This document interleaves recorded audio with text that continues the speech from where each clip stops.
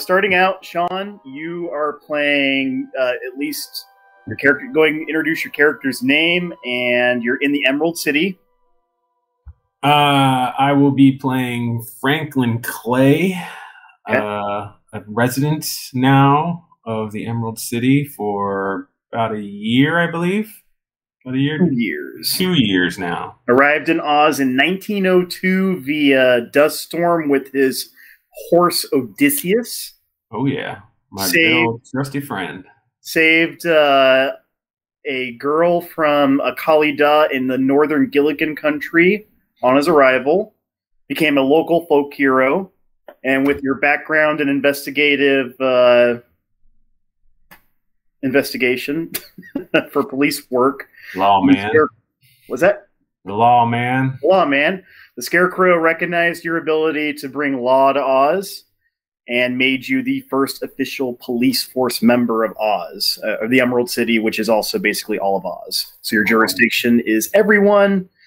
You have been fairly bored for the last 2 years because there is no crime in Oz. Oz is a gentle fairy realm, unprepared for most problems that a normal civilized country, which is what they call countries that you come from, the outside world with no magic, no fairies, and other mysteries. If I remember and reckon correctly, there's a mighty big shortage of coffee around here too. Yeah, there is no coffee as far as I know in Oz, and no alcohol either. So it's been an interesting 2 years. It's been an interesting 2 years, but you did meet somebody that you liked, which is what has kept you in Oz. Her name is Ginger from the Gilligan country. She's kept you in Oz despite most people who enter, the Wizard and Dorothy are the only two that you're aware of that came from outside Oz and left again. They had families to get to, but for some reason, or that particular reason, you decided that you wanted to stay, and the Scarecrow graciously made you the head of the police force, which is one person, one department. Our story begins in your house.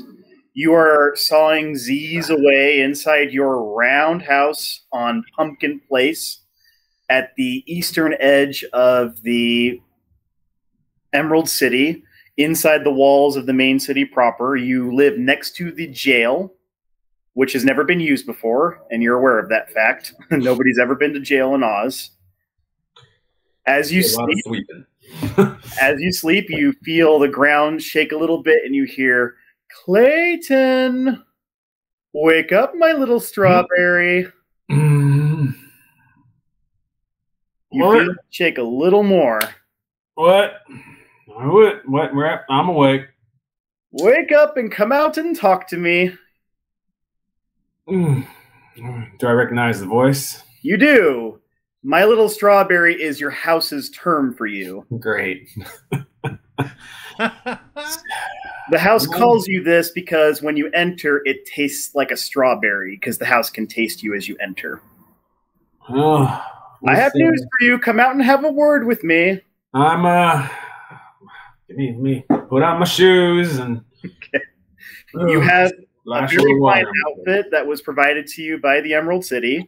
You have a green emerald-colored vest, boots, trousers, probably some kind of overcoat as well. I don't know if does it have a tail on it. That would be up to you to just how you would have been instrumental in designing the first police force. But all green. All green. Yep. Green is the color of the Emerald City. Everybody wears green. You also have locked onto your head a pair of spectacles that are put on by the guardian of the gates whenever you enter the city. Only he has the key, and every single creature and person in Oz, in the Emerald City, wears these glasses. They are locked onto your head until you leave the city. They are green, and they give everything that you wear a green tint to it. So everything in your place is green tinted. White paper would show up as green. Skin tone is green, etc. So it's a normal thing. You get used to it. The Emerald City's propaganda. It's actually just a regular city. It's just the brown city. It's just just emerald goggles everywhere. So in addition to putting on your clothing, you have that on your face as well. That's something I want to get across.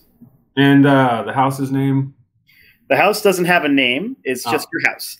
House. I'm just going to call it house then. I slip my boots on and put on my jacket and get my hat, splash a little water in my face first. And all right. Yep. Pull it from your wander on out of the house and very gently close the door. The house looks down at you and says, "You're wanted at the Emerald City Palace." What time is it right now? About 8 a.m. As you're talking with the house, the next door opens up and a woman comes walking out, and she says, "Oh, you're awake. Wonderful." You recognize this woman as Tollydiggle. She's a short, plump, pleasant-looking woman wearing a green outfit, of course, and with greenish skin, thanks to the glasses that she wears. She's also wearing them. She's got a jester-style collar on that goes over her shoulders with little bells on the end of it. She says, "Are you ready for your breakfast?" I think I'm going to have to skip breakfast this morning, ma'am. I'm much needed over there at the Capitol building. Oh, of course. Very well. As you know, I don't have any people currently in my jail, and I never have. I would be happy to give you food if you'd like it, but if you need to go, I understand. I might take you up on that later. Let me go see what all the hubbub's about right now. Oh, of course, of course. So she disappears back into her house. Next door is the stable where Odysseus lives. You have the option of going and speaking with him or going straight to the Emerald City Palace. Is he sleeping in there right now? You don't hear any snoring sounds when you walk near it. Okay. The stable doors open up, and Odysseus in all his glory prances out. What does he look like, Sean? You can name his breed and what his color is. We're gonna go with a nice. Is it Palomino? Is that the spotted horses? I believe. That's great. Let's look and see. If I remember correctly, we're gonna go with a white and brown spotted, hopefully Palomino. Appaloosa. Appaloosa. There you go. Not horse people, obviously. Right. So there we go. Yeah, white and brown spotted Appaloosa with a mostly brown muzzle. Other than that, nothing too remarkable looking at a horse, except for the fact that I haven't seen any other horses around here. There are no other horses in Oz, and you are aware of that fact because everybody finds him pretty amazing, and Odysseus himself is aware of that fact because he's never met one. I mean, he is a pretty amazing horse. I'll pull a little remnant of a carrot stub I got out of my pocket. Morning, boy. How's it going? Good morning, Clayton. How are you today? Well, I'm a little groggy still, but I got business over at the Capitol building there. You want to come with me, or are you going to parade around here for all the locals to ooh and ah over? Well, that depends. Are you going to take me into the palace or leave me outside like a common horse? Well, I mean, what are the general rules of the palace? Would he be welcome in the palace? Yeah. There's no he's civilized now. He speaks English. As long as you don't leave nothing on the floors for them to clean up later, I think they'd be okay with you coming in with me. Okay, I'll accompany you to the palace. I'd love to meet the Scarecrow. Before you leave, the house kind of turns its angle towards you, and its shutters kind of move, and it says, "Why don't you bring more guests home with you? I'm hungry." Because of comments like that. See you later, house. Very have a wonderful morning. Goodbye, my little strawberry. So you leave and you go west on Pumpkin Place towards the Emerald City Palace, which is in the exact center of the city. The city is done in a circle with different districts around the main center of the Emerald City Palace. Emerald City Palace is a magnificent, multi-spired, multi-level building. It was purportedly built in a day by the former Wizard of Oz, who, of course, left and is no longer here. So you're walking there. As you go in, are you riding Odysseus, or are you just walking with him? I just walk with him for now. Yeah. Odysseus seems pleased. He's whipping his head around, looking at everybody. People do come out and they do watch you. They enjoy seeing a civilized person walking down the street, I guess, since you're from another country. You're also the lawman. And you have a horse, which nobody currently has in the city. On your way to the Emerald City Palace, you pass 2 districts, and I believe there's a public soda fountain nearby, should you want to get a drink. But it's not a requirement, of course. Sarsaparilla? It has any kind you want in it. It would just be a quick trip north on Strawberry Street. Well, best not keep Scarecrow waiting. Let's go see what he wants. Be careful. That's where the jerks hang out. Yeah, that's right. The jerk does give out soda there. You go to the main entrance of the Emerald City Castle. You go up the massive 2 flights of stairs. There's one on each side. You can pick whichever one. Doesn't matter which one you go up. And you enter the foyer of the main entrance. And you ring for service or call for service. The head maid comes up, and I have a description for her. You recognize her as Jellia Jam. You've talked to her numerous times in your conversations with the Scarecrow. Top of the morning, ma'am. Good morning, Clayton. And Odysseus, it's always a pleasure to see you. And your coat looks so fine this morning. And she pets his back a little bit and his mane. Oh, him. Ah, well. So she wears a dainty green skirt that reaches to her knees with silk stockings embroidered with pea pods and green satin slippers with bunches of lettuce for decorations instead of bows or buckles. On her silken waist, clover leaves are embroidered, and she wears a jaunty little jacket trimmed with sparkling emeralds of a uniform size. So she is done up in green, obviously. Looking quite as green as always, ma'am. You're here to see His Majesty the Scarecrow? I understand he wants to speak with me. You are very prompt. Follow me. I'll take you directly to him. Appreciate it. He leads you up several grand staircases and through several hallways before taking you to the main entrance to the throne room. Outside the throne room is the army of Oz, Ambi, who looks at you with a blank expression. You have technically usurped his position as the previous police force of Oz, but you have more qualifications, and you've always had a bit of a frosty relationship with him. He nods his head at you when you enter, Clayton. Morning. Opens the door for you, and you enter the main room of the throne room. On the throne room, you see His Majesty the Scarecrow. Take my hat off as I approach. Okay. You're going to approach him? I'll wait until someone summons. I'll describe what he looks like first for you. His Majesty the Scarecrow is dressed in a suit of faded blue clothes, and his head is merely a small stack stuffed with straw, upon which eyes, ears, a nose, and a mouth have been rudely painted to represent a face.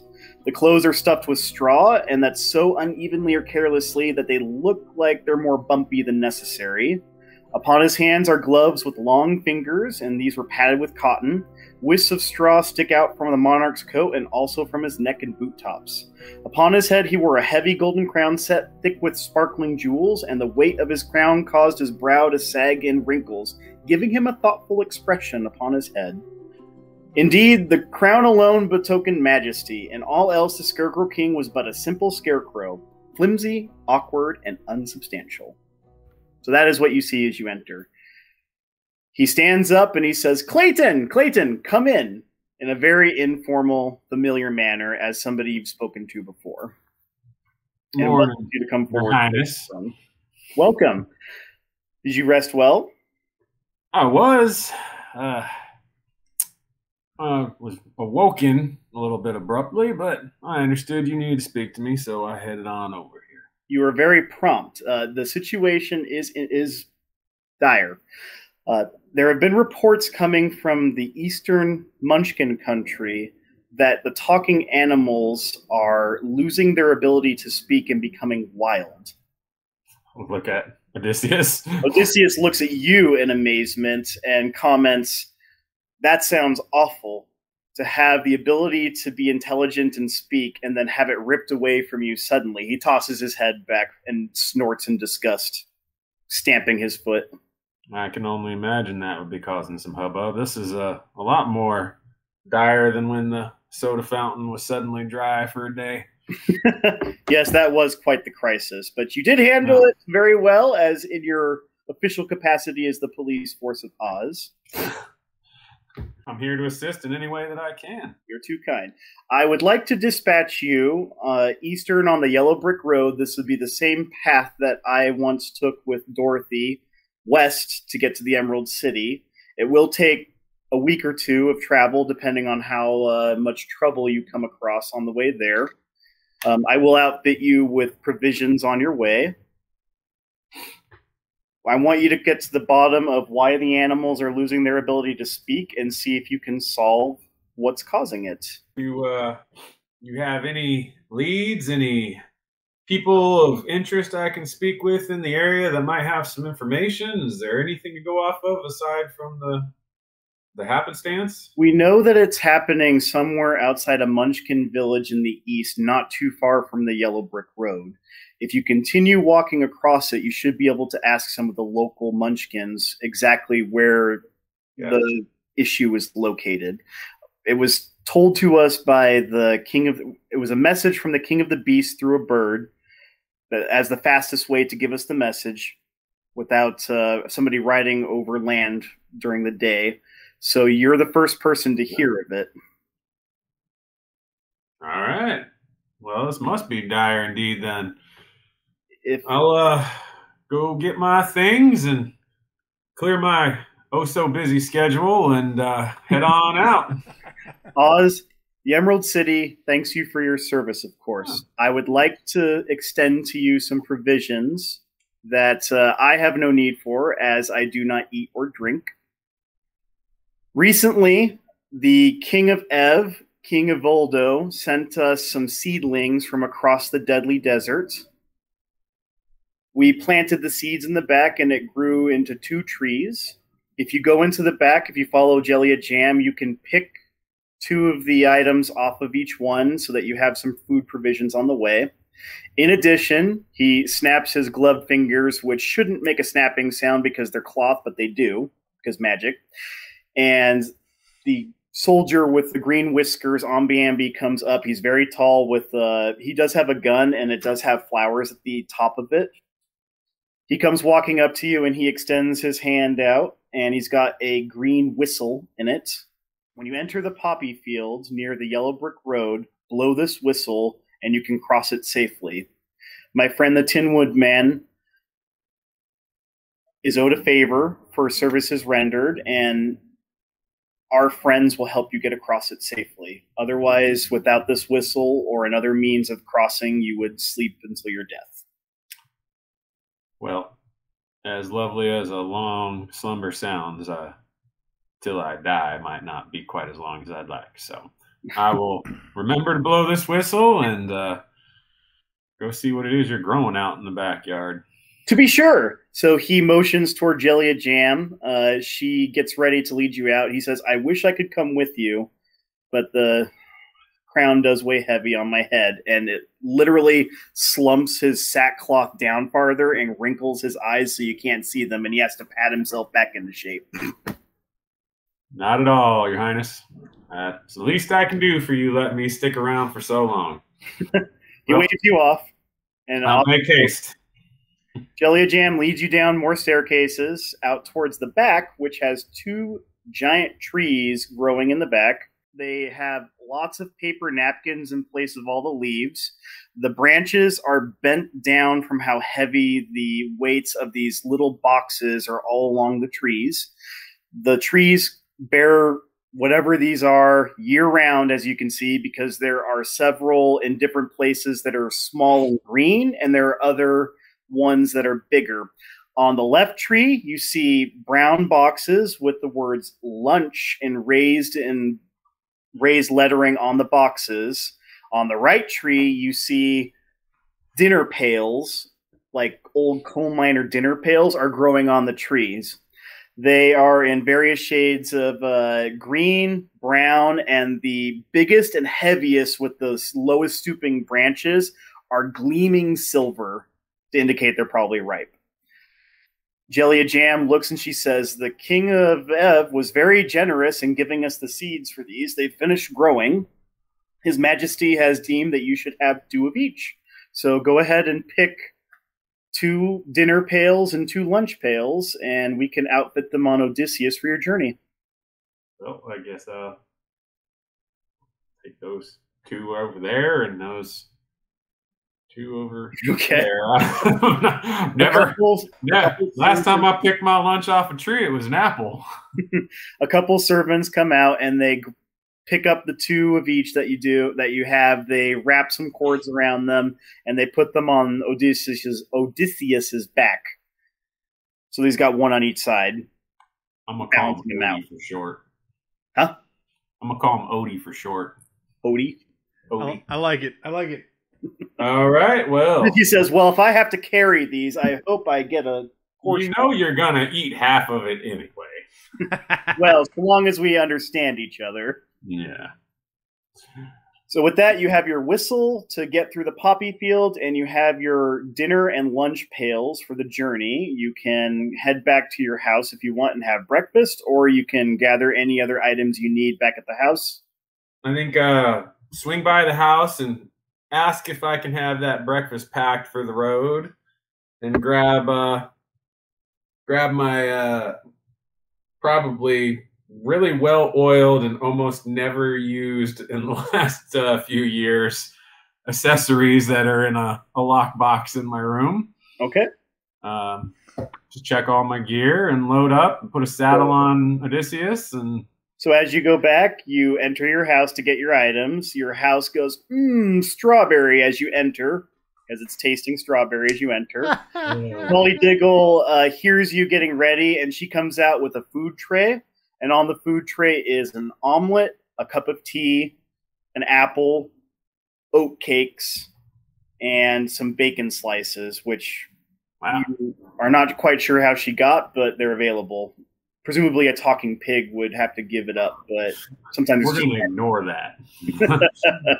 So she puts some bacon in my mouth and kind of take a bandana and wrap up the biscuits and whatever else I can manage to wrap up, and mumble about how I'd slap myself silly for a cup of coffee. And you do have a cup of tea at least. I do. I've grown accustomed to this tea stuff. So it's not coffee. It's definitely not coffee. Okay, she takes the tray after you finish eating it. She has her own things to worry about in the jail that nobody uses, so she's extremely busy, I'm sure, getting everything ready inside there. But she doesn't come. She comes back out, takes your tray. She says, "I hope you have a good journey. Please be careful. You may have killed a Kalida and successfully done it, but be careful around them. They are extremely dangerous. You may have only killed a juvenile, not a fully grown adult. And if you're traveling east, you will be going through several forests, and you don't know what's going to be in there. So please be careful." Will do. I appreciate it. Odysseus looks at her and says, "We're ready for anything. We're from a civilized country." And she goes, "Oh, indeed," and goes back and slams the door. I really wish you wouldn't encourage them with all their hoopla about us. Clayton, I can't help it if we're special. We're not special, Odie. We're just in the wrong place. Let's keep going. So with that, you start heading east on the yellow brick road. It will take several days to reach the forest and the poppy field. And while you're traveling, we're going to move over to Tom's character. Tom, you are living in Fiddlestick Forest, a magical forest just outside of the Emerald City on the eastern side in the Munchkin country, fairly close to the poppy field. It's closer, at least, than the Emerald City is.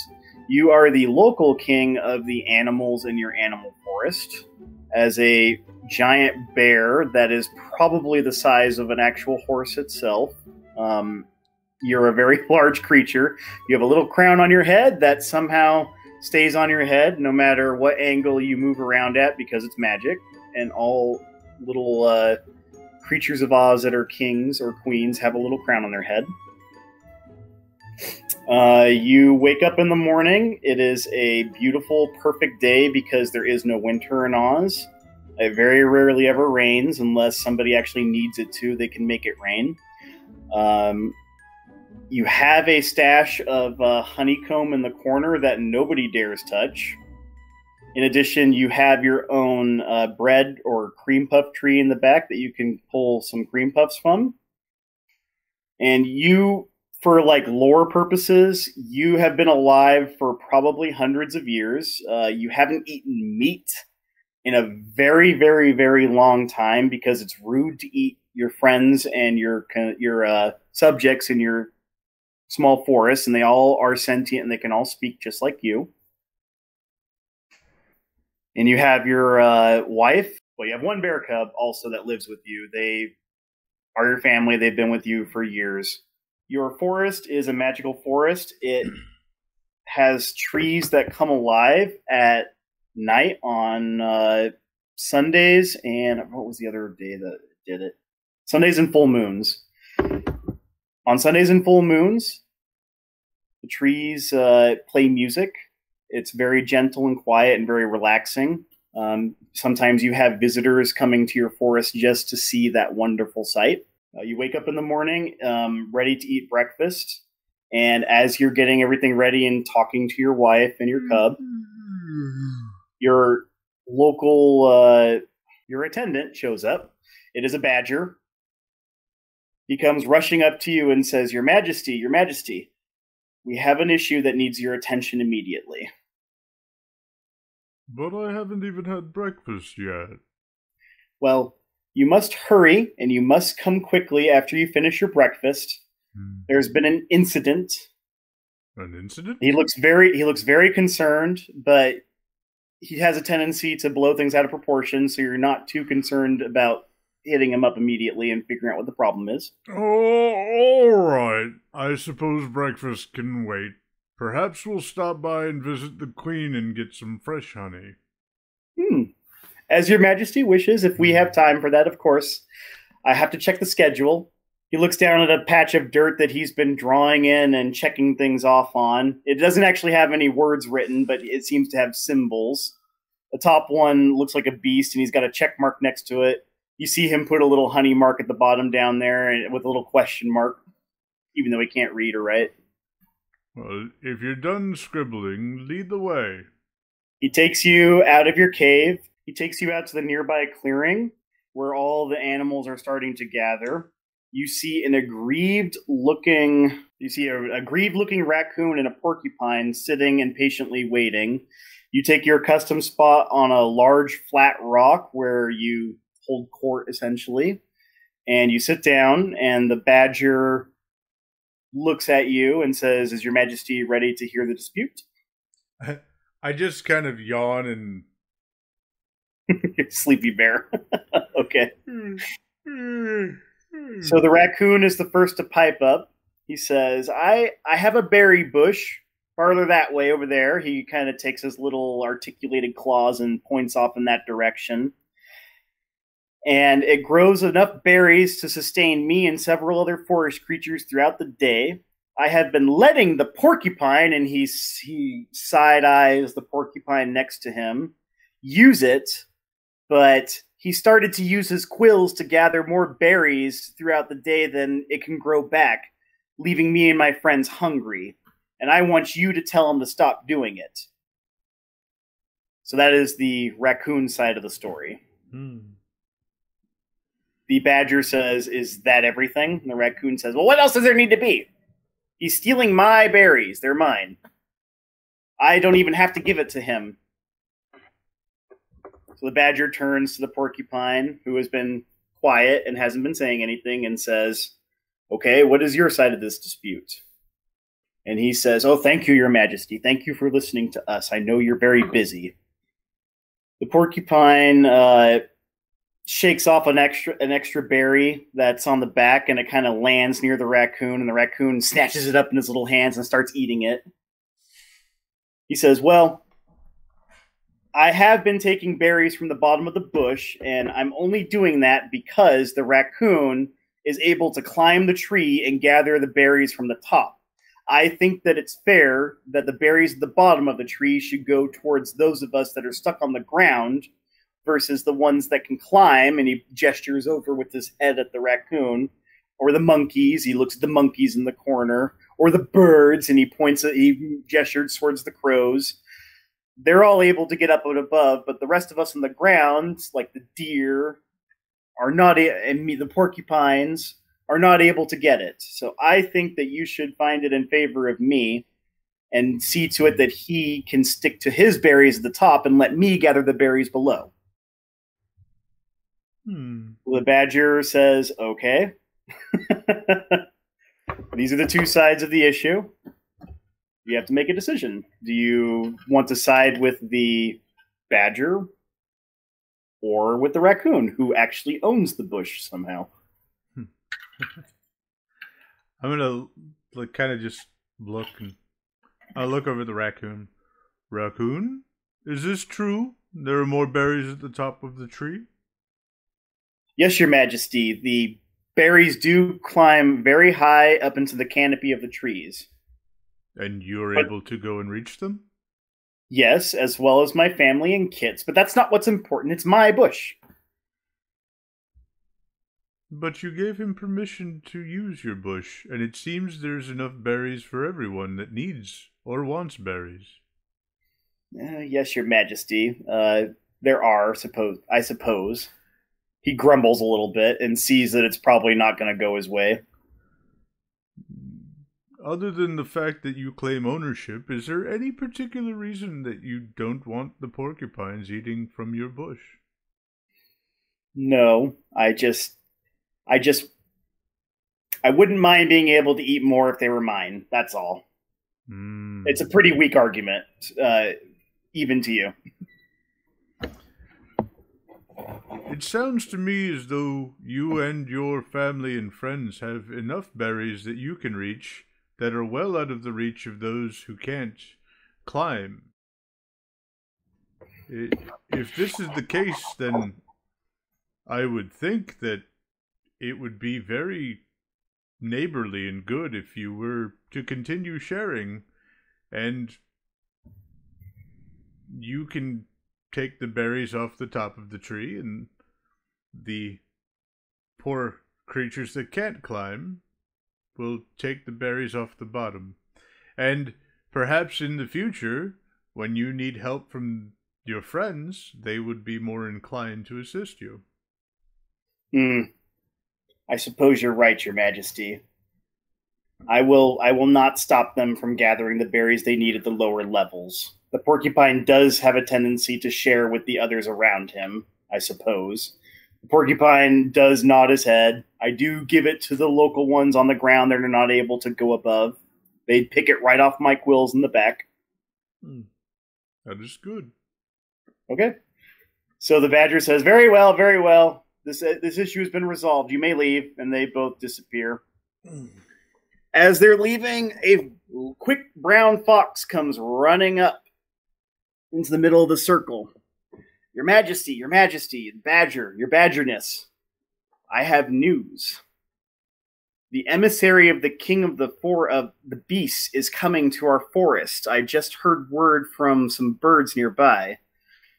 He'll be here within a day and wishes to speak to you about some matter of great import. There's something happening in the eastern Munchkin country.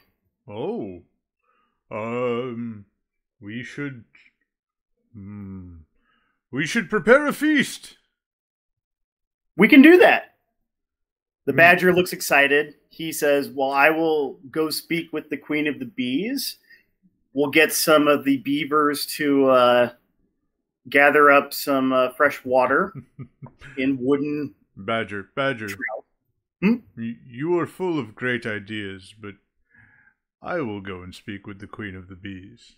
Of course, he chuckles in an animal way, which doesn't make any sense because he's an animal, but still chuckles because he's got sentient ability and able to speak.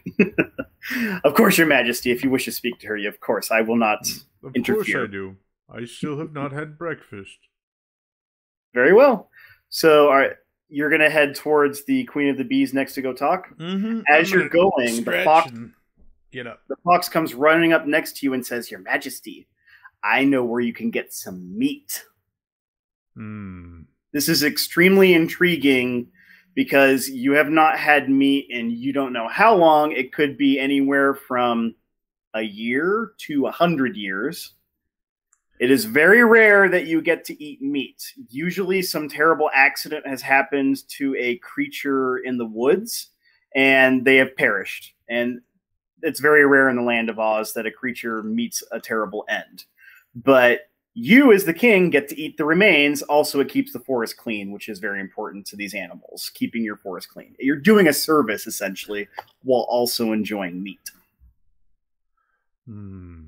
It has been a very long time since I've had any meat.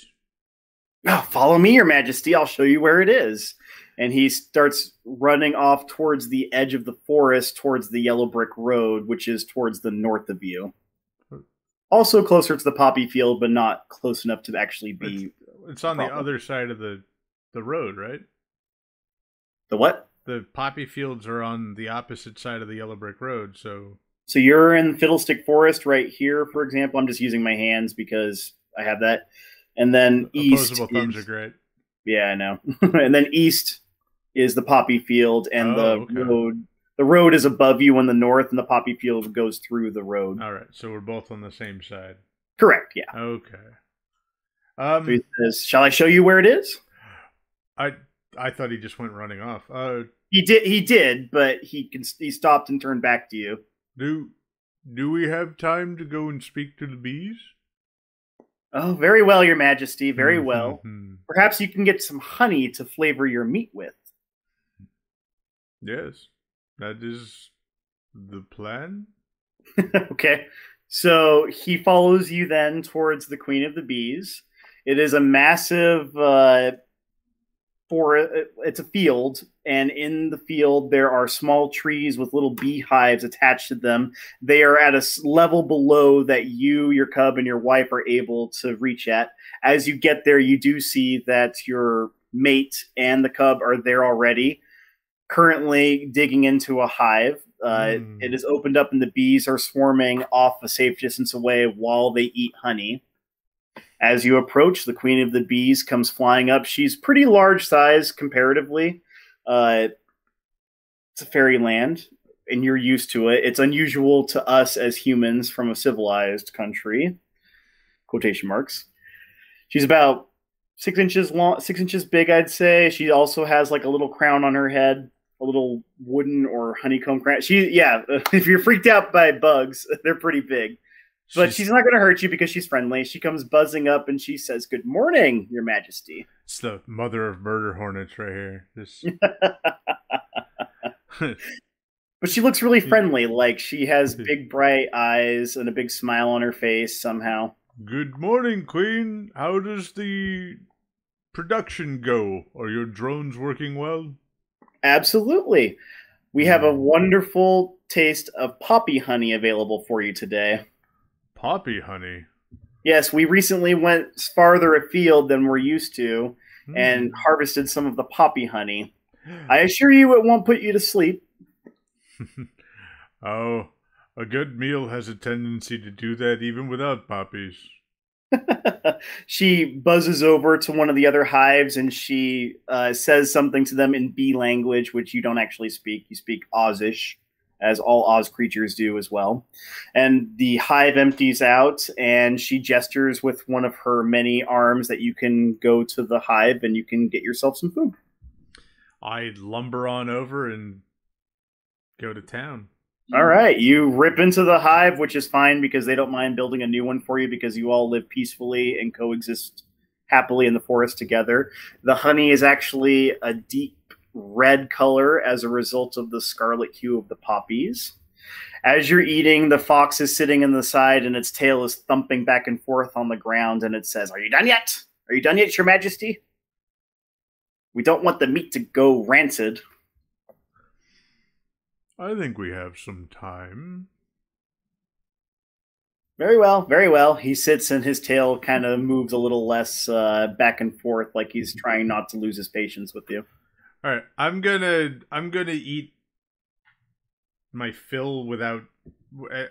I'm in the back of my mind, my tiny little brain. I'm going to make sure that I try to leave a little bit of room in case the meat does pan out and the fox is not just being tricksome.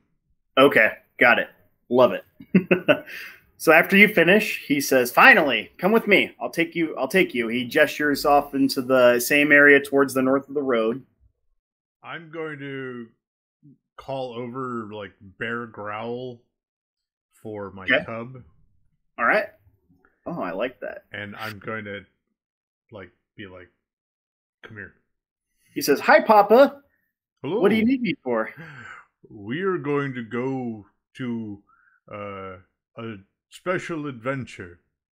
A special adventure? Yes. What is it? The fox has found something that is very rare and interesting, and I think it's time that I was sharing that sort of thing with you. I'm excited. Okay. He comes bounding up to you in that adorable bear cub way. And you all three set off towards the north of the edge of the forest, where the fox has claimed to have seen meat. The forest is... Before I just take off with the cub, I'm gonna let my wife know that I'm... Okay, your mate. You stay he here. He is eating. She knows that he's safe with you wherever you take him, and when you gesture, she hears you and she nods her head and goes back to eating her honey. All right. And her honeycomb.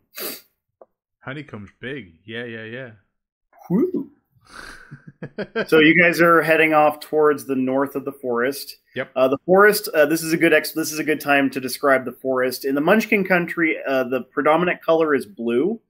The forest is blue itself. The trunk is a lighter blue texture and color. The mud, grass, everything is various shades of blue. It isn't green like the Emerald City. The outside of the Emerald City is green, and then gradually changes over as you move east into Munchkin country into that beautiful blue color. So everything is, and this is just normal. This is what your everyday life is like. You might see other colors, but the preferred color for Munchkins is blue, and the environment is blue itself. As you reach the top of the forest line, you can see the yellow brick road way, way, way off in the distance, and there are tons of beautiful flowers everywhere, mostly blue, but there's some yellow and some green because they're flowers. As you exit the forest line, you smell meat. And I'd like you to try and make a...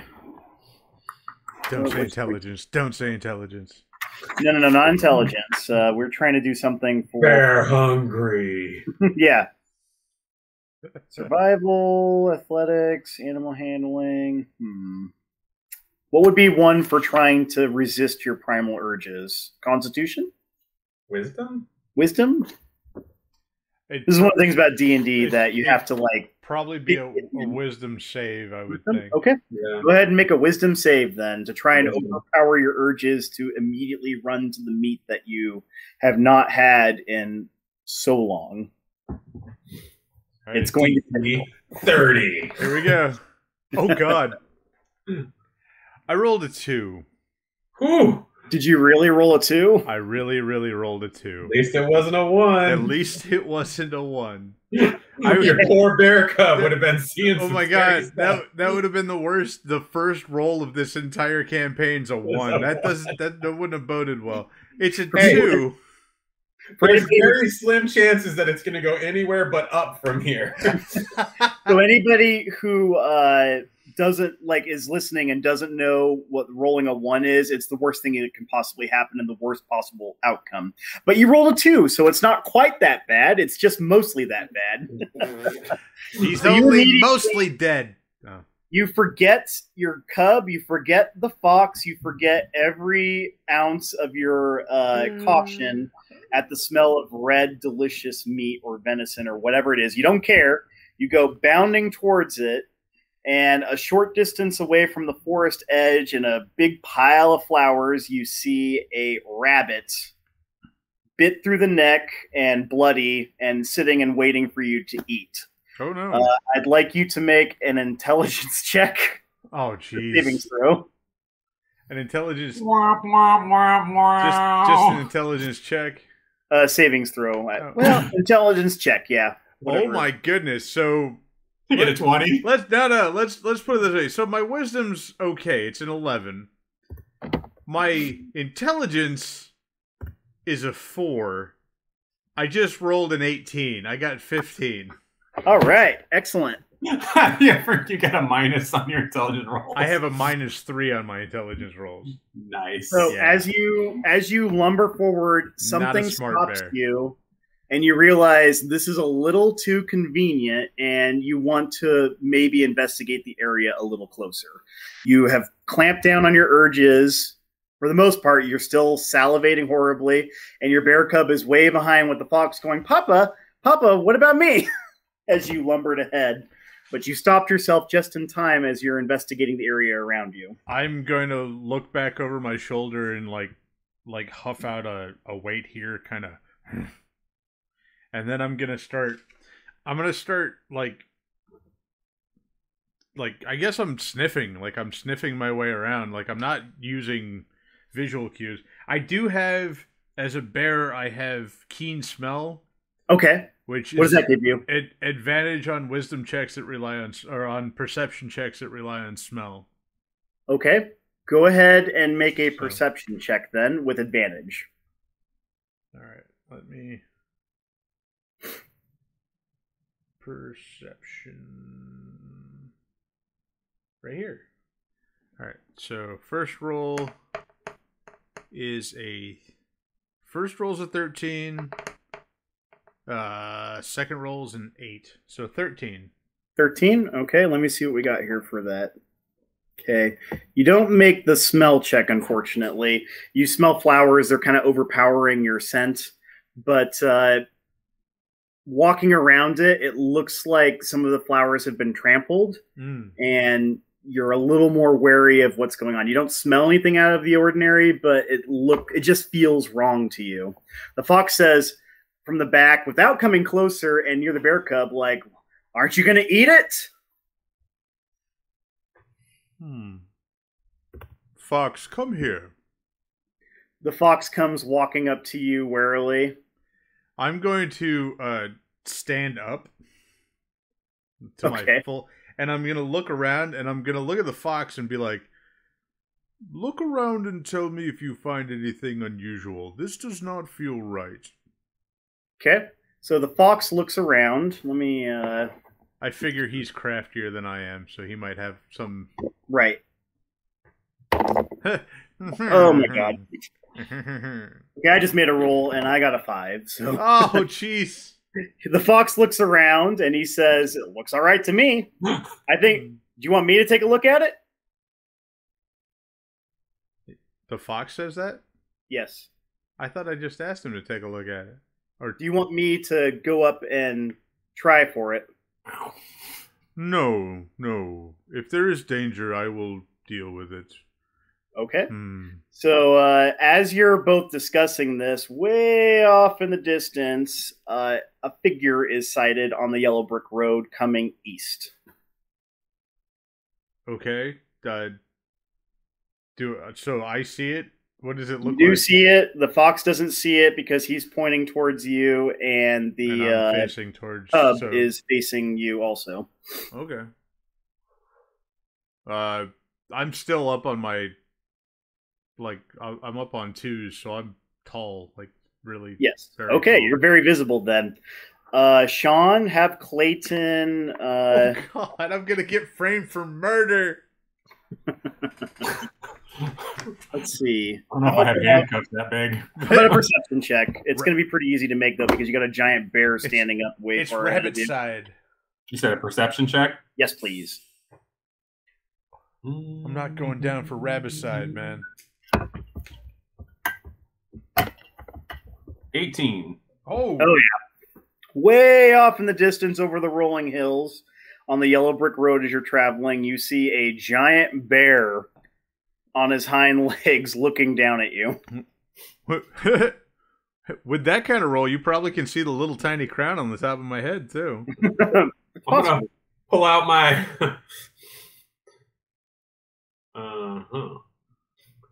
That's a really... Odie, there's a very large bear. A bear? Staring right at us in the distance.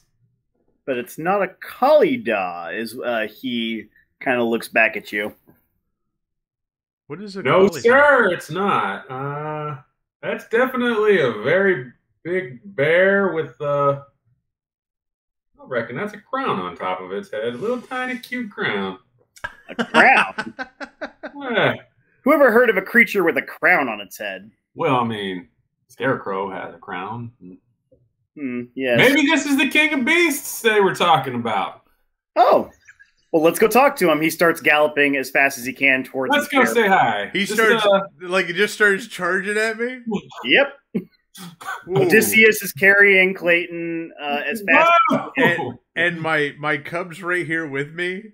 Yes. And well, he's nearby. He's Odie, don't run at the bear! I am going to bellow out a bear-like roar of warning, and I am going to drop to all fours, and I'm going to do I'm not going to try to tackle or charge right at, but I'm going to do that the defensive charge where I charge forward 30 feet or so, and then Okay. So Odysseus is going to stop short, which means that Clayton is going to have to make a dexterity saving throw to stay on top of the horse. Is that animal handling? What is that? I think it's animal handling or dexterity. I'm not sure which. To stay on the horse. That's your choice. Whichever one you feel is more animal handling. Yeah, that's fine. You probably have a proficiency for it, right? 17. I do.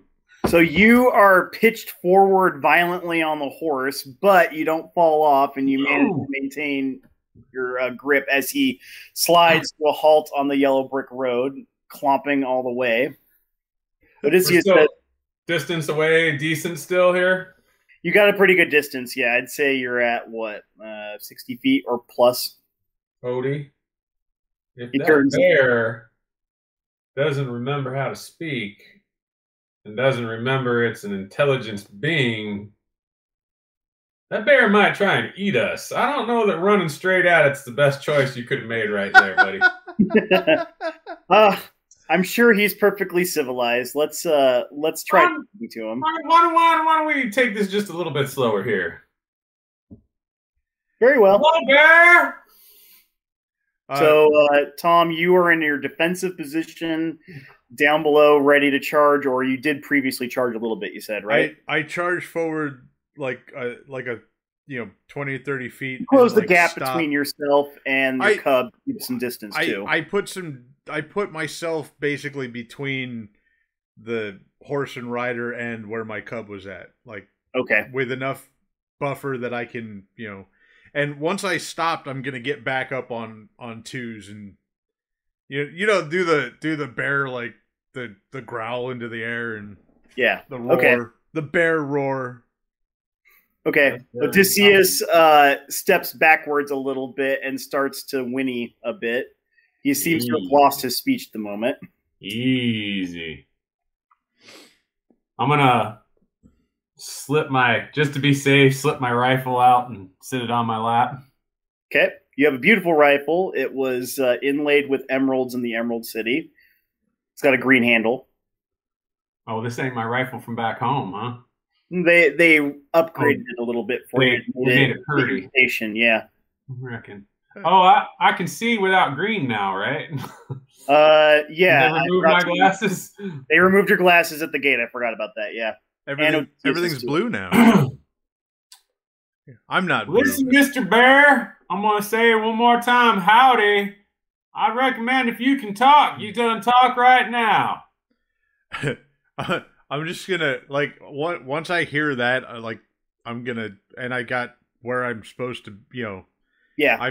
I'm more comfortable with what's going on, so I'm going to be like, what's that now?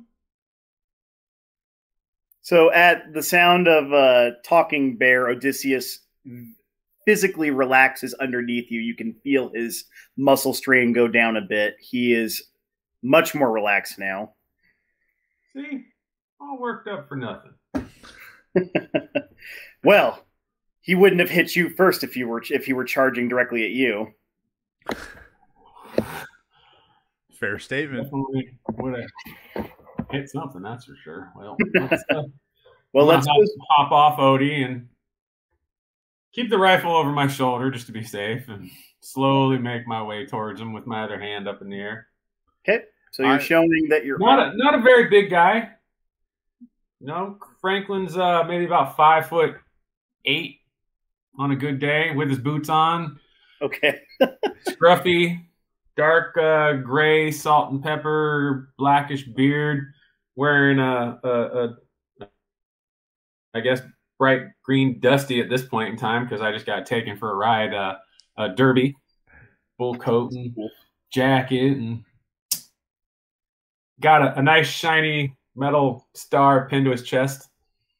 A green one. A green one, apparently. I'm gonna drop back down to all fours and start like slowly ambling forward. Odysseus follows behind you. Clayton, you have the weapon. I'll be behind you. I've got your back, buddy. You happen to be the reigning king around these parts there, Mr. Bear? I am the ruler of this forest. You don't appear to be one of my subjects. No, sir. I'm coming from the Emerald City, sir, on business. From the city? Franklin Clay, sir. Scarecrow sent me. Heard there's some trouble out in these parts. Maybe you're the one I need to be talking to. Tom, your character, B Speaker, is absolutely aware of who the Scarecrow is and is aware that he is the ruler of everything. You are the king of your little forests. Oz has many little kingdoms and places that have their own little kings and lords. You're the one specific to your particular forest, so your law is the law, but the Emerald City is the head of Oz, and the Scarecrow is the king over everything. So you would defer to his judgment. Were that an option? It's not right now, but I'm just for lore reasons. I gotcha. Once we get into a comfortable talking distance, I'm gonna stop and just sit back. Like I'm gonna sit, so I'm basically like just to comfortably looking at him. I'll tuck the rifle back onto Odysseus, and just to be safe, slip my jacket back a little bit in case I need to make a reach for my revolver. So Odysseus comes up next to you and he says, "That's the biggest bear I've ever seen. It's also the only bear I've ever seen." I've seen a few bears, and I've got to say that's about the biggest bear I've ever seen too. He is approximately the same size as Odysseus. He is very large, very tall. As fitting around here, you'd probably be dealing with a wetback right about now. Your Majesty Bear. We again don't mean no harm. Sorry about that. My friend Odysseus here got a little excited, thinking he was meeting some royalty, and came up to greet you proper, sir. Odysseus looks at you and kind of frowns at you. But he bows slightly down and says, "Yes, Your Majesty." I apologize if I scared you, but my cub is back there and, well, instincts being what they are. Your cub comes bounding up next to you and he says, "Papa, who are you talking to?"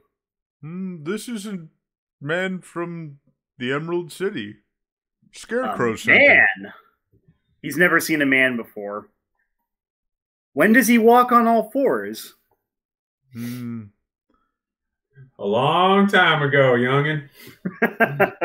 Clever. Okay, Tom, I'd like you to make a perception check while you're having your conversation with Clayton and Odysseus. Franklin. Or Franklin, I'm sorry. I thought it was Clayton. Franklin Clay. My bad. How embarrassing. I got to make it really hard for everyone. No, it's okay. It's Clayton Frey. What? No. I got a 7 on the perception. You got a 7? Okay.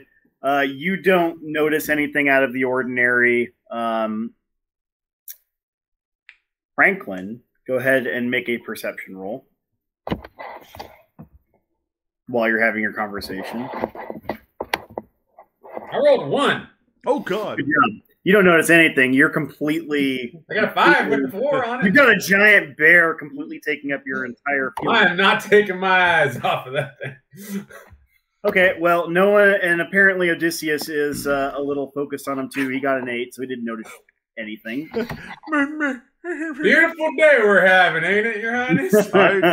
I have to admit, I was expecting to meet an emissary of the King of Beasts, but not one from the King of Everything. You aren't the King of Beasts, sir? No, I'm the king of this forest. Oh. This is my domain. But if you'd care to join us, we are preparing for a feast. The King of the Beasts emissary should be joining us within the next day. It is getting closer to midday now. After your morning breakfast, after you're traveling, it's been probably a couple days for you traveling already. I don't know if you've cracked open one of your picnic baskets. Sure, at this point I've eaten. Yeah, we've probably eaten a breakfast and a dinner, or a lunch and a dinner. Okay, you still have one left each, though. Your Highness, oddly enough, think I'm looking to speak with this gentleman that you might be receiving as well. So, if you'd be so kind, Odie and I would be more than happy to be your guests and help you out getting set up for this feast. If you need some help, I could lend a hand. Excellent. I was just preparing my subjects to put the feast together when Fox here, and I kind of... And you notice the fox is nowhere to be found. He has completely slipped away when you were all engaged in conversation. Well, Fox was here. He told me that there was meat at the borders of my kingdom. I found a rabbit that was recently dispatched by some means. It didn't feel right. Would you be kind enough to maybe take a look and see if you could see something possibly that I cannot? Certainly, I'll take a look for you. Why don't you show me what you're looking for here? So Bee Speaker takes you over while shooing his cub away, who is very interested in you and coming up and getting in your space because he's a child, essentially. And Odysseus. You can kind of shove him off on Odysseus and they can talk to each other if you want to. Odysseus says, "Come with me, cub. There you go. We'll have a conversation. You can tell me what it's like to live in the forest, wild and free." I'll get down at the rabbit's level and try and see if I want to start looking around. Before you for get too close, or... make an investigation roll. Okay. Please. Sean, did you already tell me your character's name? I did. I introduced myself when we came up. All right. You're Franklin Clay, right? You're Mr. Bear. I got a 9. You got a 9? Okay. I got a 9. That's all right. You know, kind of. Is it at an advantage? You're a ranger, right? I am a ranger, and I am a Pinkerton. You can do it with advantage, sir. Good, because now I got an 11. All right, that's fine. I got +5, and the best I could pull out was an 11. The good news is that you're within your element. You're in the wild. You see what looks like a trap, and you can confirm that, yes, it is a trap. It is very cleverly crafted and well disguised. It blends perfectly into the ground. As you look, you see that there's one of those giant mandible bear traps, and in the center of it, somebody has placed a dead rabbit. Your Highness, why don't you step back just a little bit for me, if you don't mind? I want to look around in the mud and the dirt and stuff in the area and see if I see any animal tracks besides the obviously giant bear that I'm with. Make a nature check, I think. Survival or nature? Nature, yeah, because you're checking like tracks and stuff. I think that's right. That sounds right to me. 17. Oh, yeah, you pass. You see some footprints for a man around the track leading back to the yellow brick road, which means that somebody has been attempting to poach creatures in Oz, which, while not technically against the law, is definitely discouraged because they are sentient talking creatures. You also see the fox's footprints around as well, too. Find like a hefty rock and just kind of toss it at the rabbit. Okay. It bounces on the rabbit and the trap shuts over the rabbit, kind of gooifying it a little bit, but it's still good. I let out a... You can still eat it! I let out a surprised roar of, just... oh! So somebody attempted to trick you, but you figured it out, so that's good. I was distracted before my instincts overcame me, and I ended up face first in a bear trap. Is what happened. Your Highness, this fox is no longer here. Please call me Bumble Speaker. I am only your Highness to my subjects. Bumble Speaker. The fox that brought you here, you know that fox? You seen that fox before? I thought I knew him. He was one of mine. Huh. Well, so Odysseus... I'll tell you that fox did not set that trap. That seems likely. See these right here? These are man tracks, sir. And not yours. You were the first... You just got there. You were the first man that I've seen in a long time. They don't come to man that don't want you to see him hanging out about these parts somewhere. You might want to keep this quiet to yourself for right now. Don't cause too much of a hubbub. Bee Speaker, you know that you live in a fairly rural area and there aren't any nearby towns to speak of for the most part. It could be somebody who lives isolated alone in another nearby woods that you are not dominion over, or it could just be something else you don't know. Franklin Clay, the detective, whose name I definitely know and don't keep mispronouncing, you are convinced that you have come across a crime. A rabbit has been killed, and while it's not a human, this is something that falls under your jurisdiction as a police force in Oz. What about the attempted regicide? Come on. Exactly. Beyond that, they just tried to kill the king of the forest right here. Well, I don't know. I mean, you're a ranger, so you care about animals, though, too, right? The murder of an animal for a trap to try and kill a king is a big deal. Yes, that's true. I mean, we're animals, so obviously we're second-class citizens. It's all about the thumb. I care about animals here because they talk to me like people. But aside from that, if I found an animal that I could eat, I'd probably still eat it. Okay. Well, Odysseus and the cub come up and they say, "You almost got caught in that trap.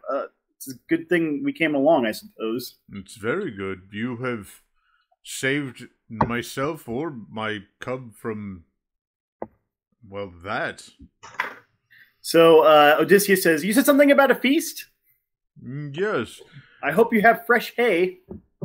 I'm sure we can find some for you if that's what you like. Okay. There is also fields of clover nearby, and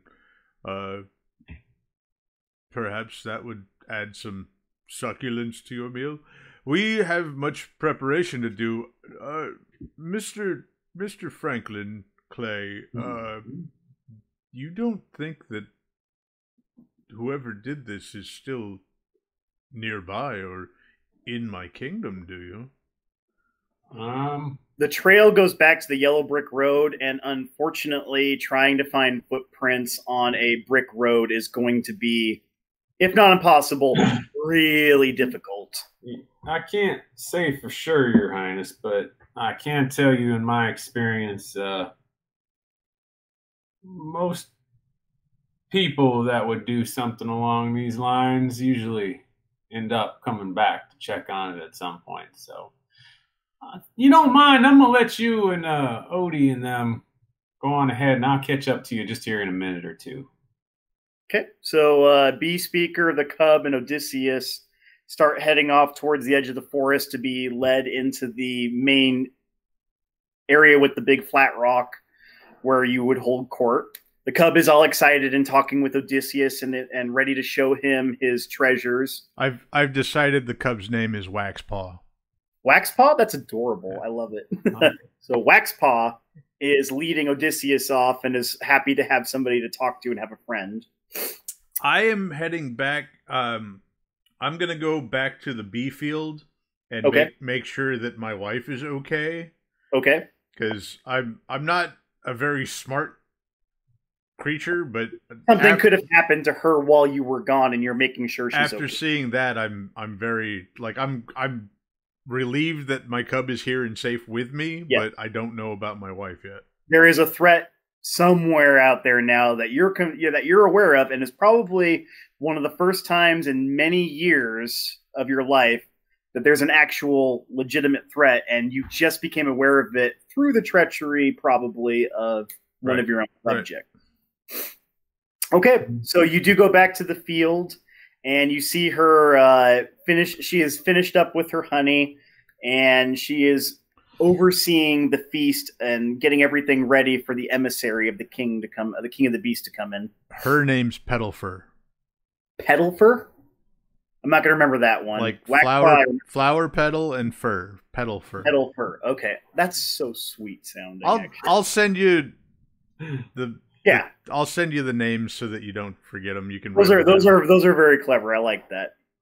Sometimes you come up with things when you're playing the game. Everyone, if you're listening to this, riffing. You're riffing. Right. So Petalpaw is overseeing everybody as they gather food for the emissary of the King of the Beasts. She points over there at the berry bush that had previously been the topic of some annoying disquabbling that was for nothing, obviously. They gather. The porcupine is industriously gathering berries from it, as is the raccoon, the monkey, the baboon, the crows, picking it and dropping them gently into waiting hands below of other monkeys and other creatures that can gather. Giant moose are using their antlers to cut down grass. Even though they're not sharp, they're able to cut it and bring it up. And the food is being piled up. The beavers have gnawed down truncheons that are being filled with water so people can have water in the nearby circle. And while all of that's going on, Franklin, what are you doing out at the road? I'm just kind of perusing in the direction that I see that the tracks would have been heading. Since I'm sure once they get to the road, after a few steps, they're gone. All right. Pull out my looking glass and just see if I see anything out in the distance at all. And you don't see anything that catches your eye. Way off in the distance, there is a little speck of red, which you can assume to be the poppy field. I'm not going to go quite yet, but yeah, you don't need to go there quite yet. I wanted to collect that bear trap, by the way, so that there's not dangerous paraphernalia laying around in a field where a little innocent bear cub or something might step in. Or even, any other creature whatsoever. I think that's very it's closed, but you never know. So I'll confiscate it. All right. That's what. And then once I've cleared the road, I'll head back to towards where I saw the bear and everyone wandering towards. All right. As you go, it's going to start going towards evening. You'll be entertained in the center by all the creatures of the forest. You actually feel pretty at home. You do like animals. All of them are very pleasant and interesting. You'll learn about the little petty squabble and the little court functions that the bear takes care of. You've got little, like nothing really bad happens. They don't fight and kill each other for the most part.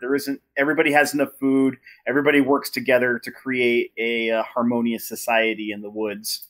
I'm just happy that for once I don't have a whole bunch of people following us around, gasping and gooing and on and asking me to tell them stories and wanting to hear about America, outside of Oz that Dorothy, their favorite person, is from, because Dorothy, who you're very familiar with. Dorothy lady. Oh my, if I ever meet her, I swear. Well, what bothers you the most is that you are basically second fiddle to a 10-year-old girl. I don't care. I would be perfectly content if all of these people just left me alone. Well, being somebody who comes from the same place as Dorothy, probably one of the greatest heroes of recent Oz history, that makes you a bit of a target for fawning and attention as well. Yeah. Plus, you also have a position of authority, despite the fact that you don't have no real chance to wield it in any constructive way. But there it is. So you've been entertained and talking with the various animal creatures. And eventually a deer comes running in and says, the emissary's here, the emissary's here. It is towards evening now. Everybody is getting the feast ready. It's pretty much all set to go on in piles because it's a forest. You'll probably end up eating one of your dinner pails, which whenever you're ready after the speech, I can give you the description of. As you are waiting, a giant tiger with a bow in its hair comes waltzing into the field, and everybody stops their chattering and animal sounds, and everybody aims right at the tiger. The badger goes rushing up and bows towards the emissary of the King of the Beasts. The King of the Beasts is the king over all the animals of Oz, so you've dealt with the Scarecrow, who is the king of Oz itself, and now you're dealing with the emissary of the one that is over the domain of all creatures, which, I don't know, it's kind of impressive that you get to do with it so close together. On this day. The badger goes up and whispers something to him, and the tiger leans down and talks. And he says, the emissary of the King of the Beasts, the hungry tiger. And all the animals roar, chirp, whinny, neigh, whatever sound the local bears make. The hungry tiger comes walking up and gestures towards Bee Speaker and bows his head as the local king of the forest recognizes his authority in his domain and says, I am pleased to be here on behalf of His Majesty the Cowardly Lion, the king of all beasts. I have come to speak to you on an urgent matter. Specifically, Your Majesty, I don't know your name. I do know that you are the king of this particular forest, but I must speak with you in private. If you would allow me, I wish to address your subjects. And he gestures towards, I guess, the stone platform that raises slightly in the middle so that he can get a good view. I kind of do my best to straighten up and do my impression of what Regal's supposed to be like. You know what I mean? Getting your full height is very impressive and works as a great intimidation factor too. I look down and I kind of do the bear version of clearing my throat before I address formally the emissary. Hungry Lion, emissary of the King of the Beasts. I am called Bumble Speaker, and you may have the freedom of the forest. Whatever you decide you need to do while you are here, you do with my own authority. So please speak. Okay. I said tiger, right? You said lion. Oh, I'm sorry. Okay. No, that's okay. Yeah, that's okay. Tiger. I'm just like, oh no. You got intelligence at 8 or 5, 4. Whatever. It's a 4. 4, yeah. It's a 4. Tiger, lion, bear. Oh my. The player's intelligence isn't much higher, so it's okay. It's all right. It works out. So the hungry tiger bows down to you, and I even wrote it down. Stand on the rock. What? I said I wrote it down. I still got it wrong. It's okay. Yeah, I mean. I was just making sure I didn't narrate it incorrectly. No, you said it perfectly right. The hungry tiger steps onto the stone platform or dais or whatever, or rock, whatever, the flattish rock in the center, and he looks around at everybody, and he says, there have been reports in the eastern side of the Munchkin country near one of the settlements that a portal has appeared. No one has gone through the portal, but any creatures that go near it lose their ability to speak. I have heard this secondhand I'm going there now to investigate, or I would if something hadn't taken my attention away. I have come on behalf of the King of the Beasts, your king over all creatures of Oz, to beg the assistance of your king to get to the bottom of what's happening. I request that all of you remain in your forest and be careful. If you see a portal, to stay far away so that you may not lose your ability to speak. The ones that do go feral and are no longer themselves, reportedly. Is Franklin standing near me? Franklin is near you, yes. He and Odysseus are quietly listening and not interrupting. I'm going to lean over and do a quiet aside and be like, B-Speaker completely casts out the sun as he hovers over your tiny frame, which is slightly intimidating, but you know he's friendly. Franklin Clay, answer a question for me, please. Sure. What is a portal? Like a door of sorts. You know what a door is? What's a door? I Like don't think I do. Like the entrance to a cave. Odysseus pipes up and says, it's like a stable swinging thing. It swings out when you walk through it. Like a cave entrance. Oh. All right. So it's a way into or out of somewhere else? I would reckon so. The Hungry Tiger has been talking and giving warnings to stay away, to be careful, to look and be aware of your surroundings.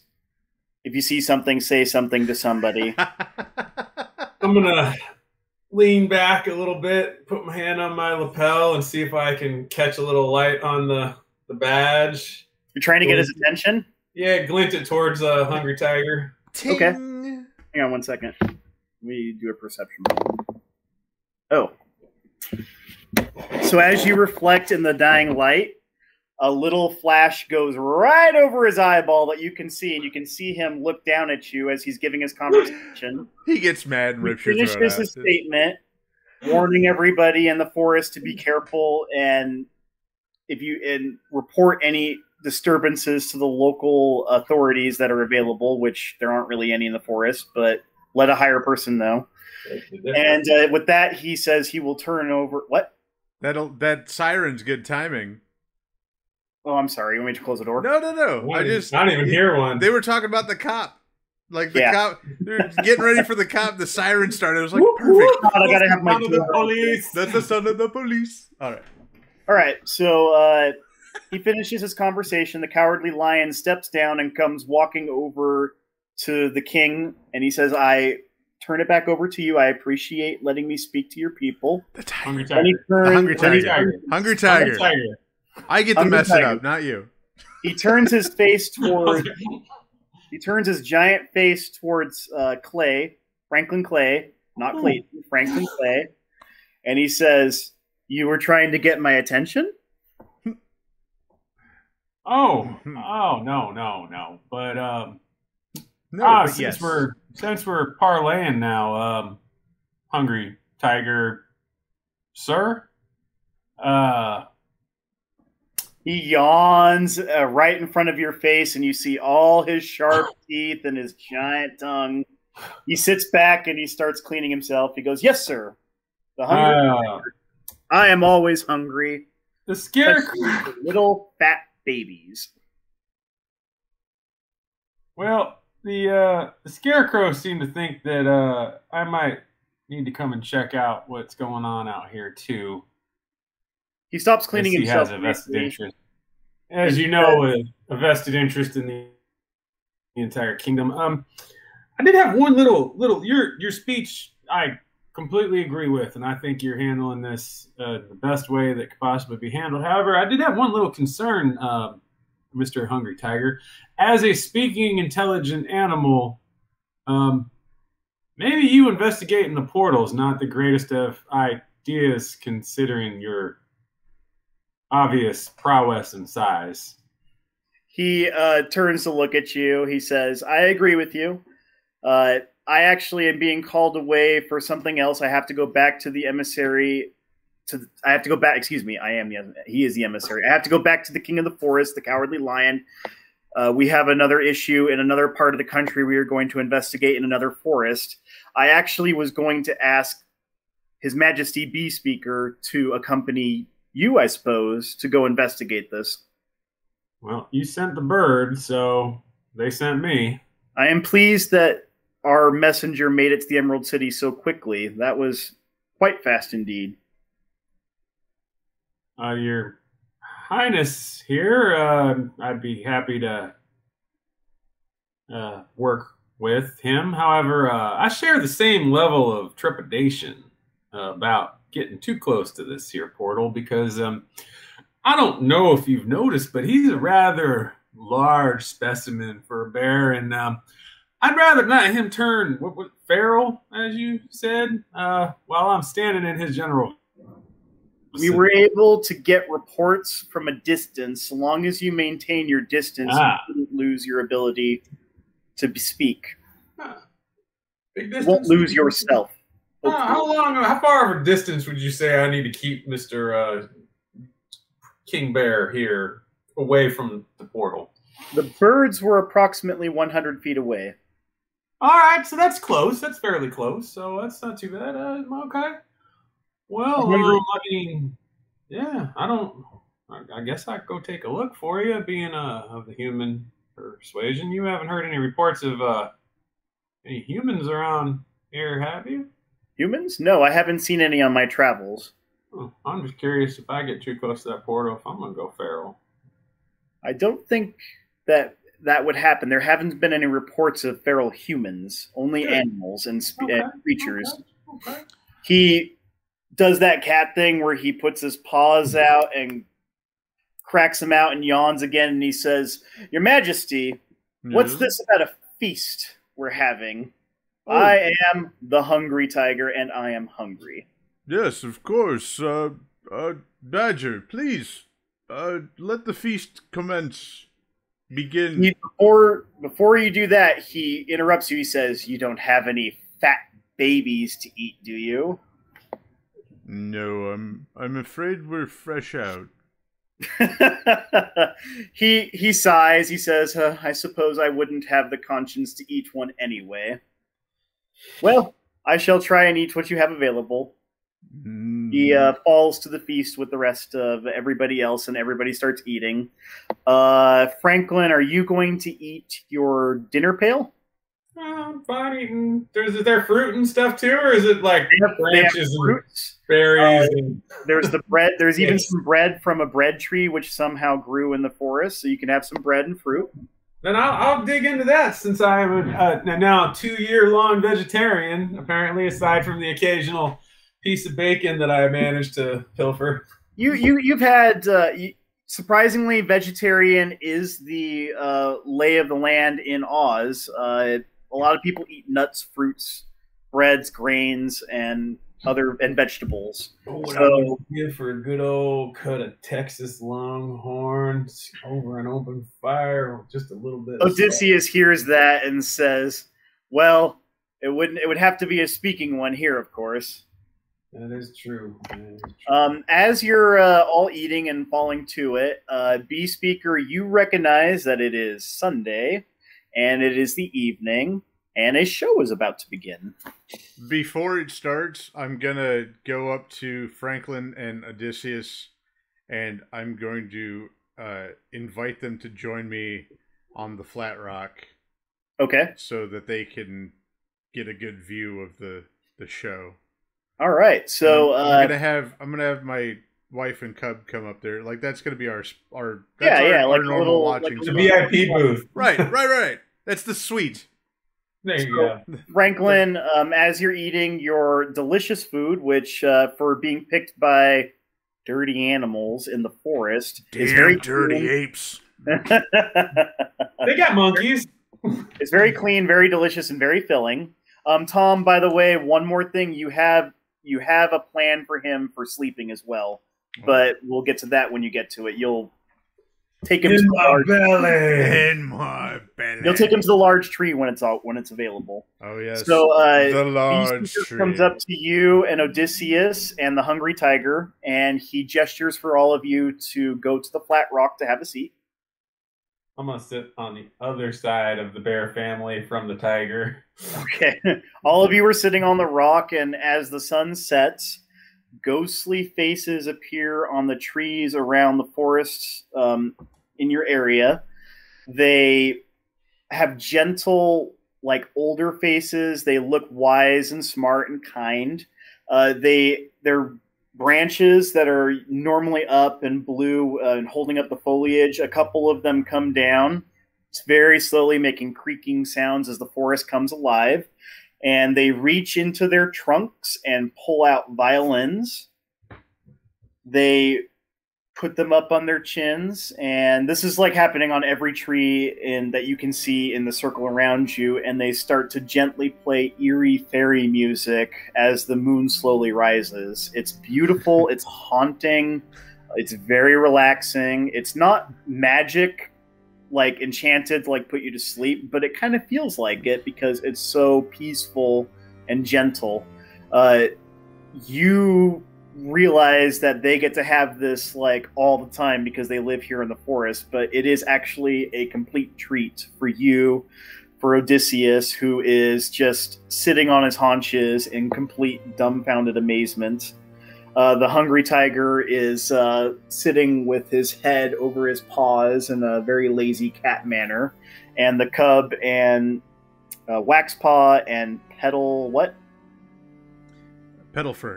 Petalfur are sitting with their family member, the king, and enjoying what they have enjoyed probably thousands and thousands of times before, as if it's a brand new, wonderful experience, because it is very special.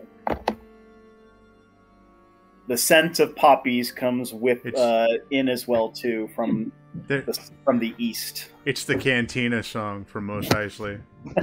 This. No.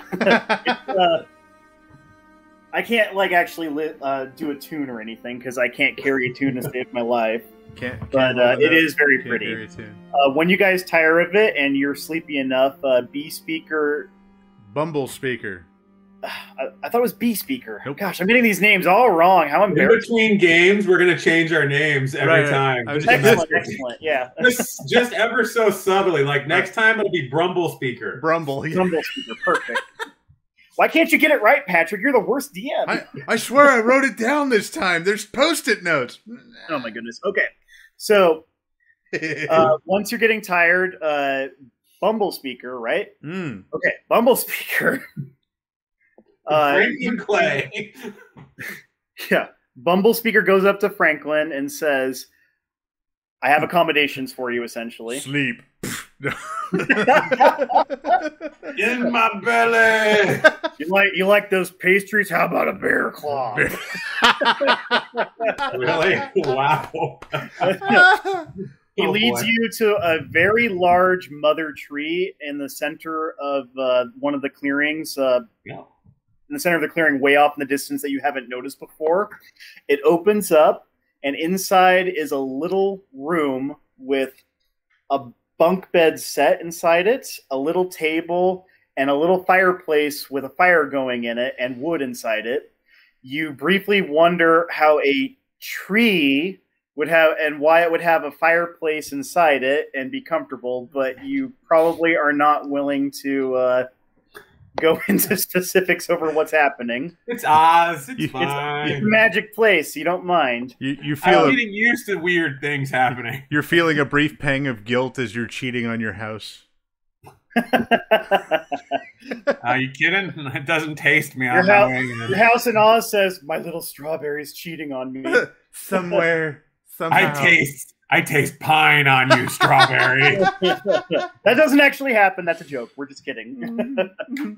But anyway, you have a perfect room to go to sleep. Odysseus, the tiger, the bears go back to their cave to sleep for the night.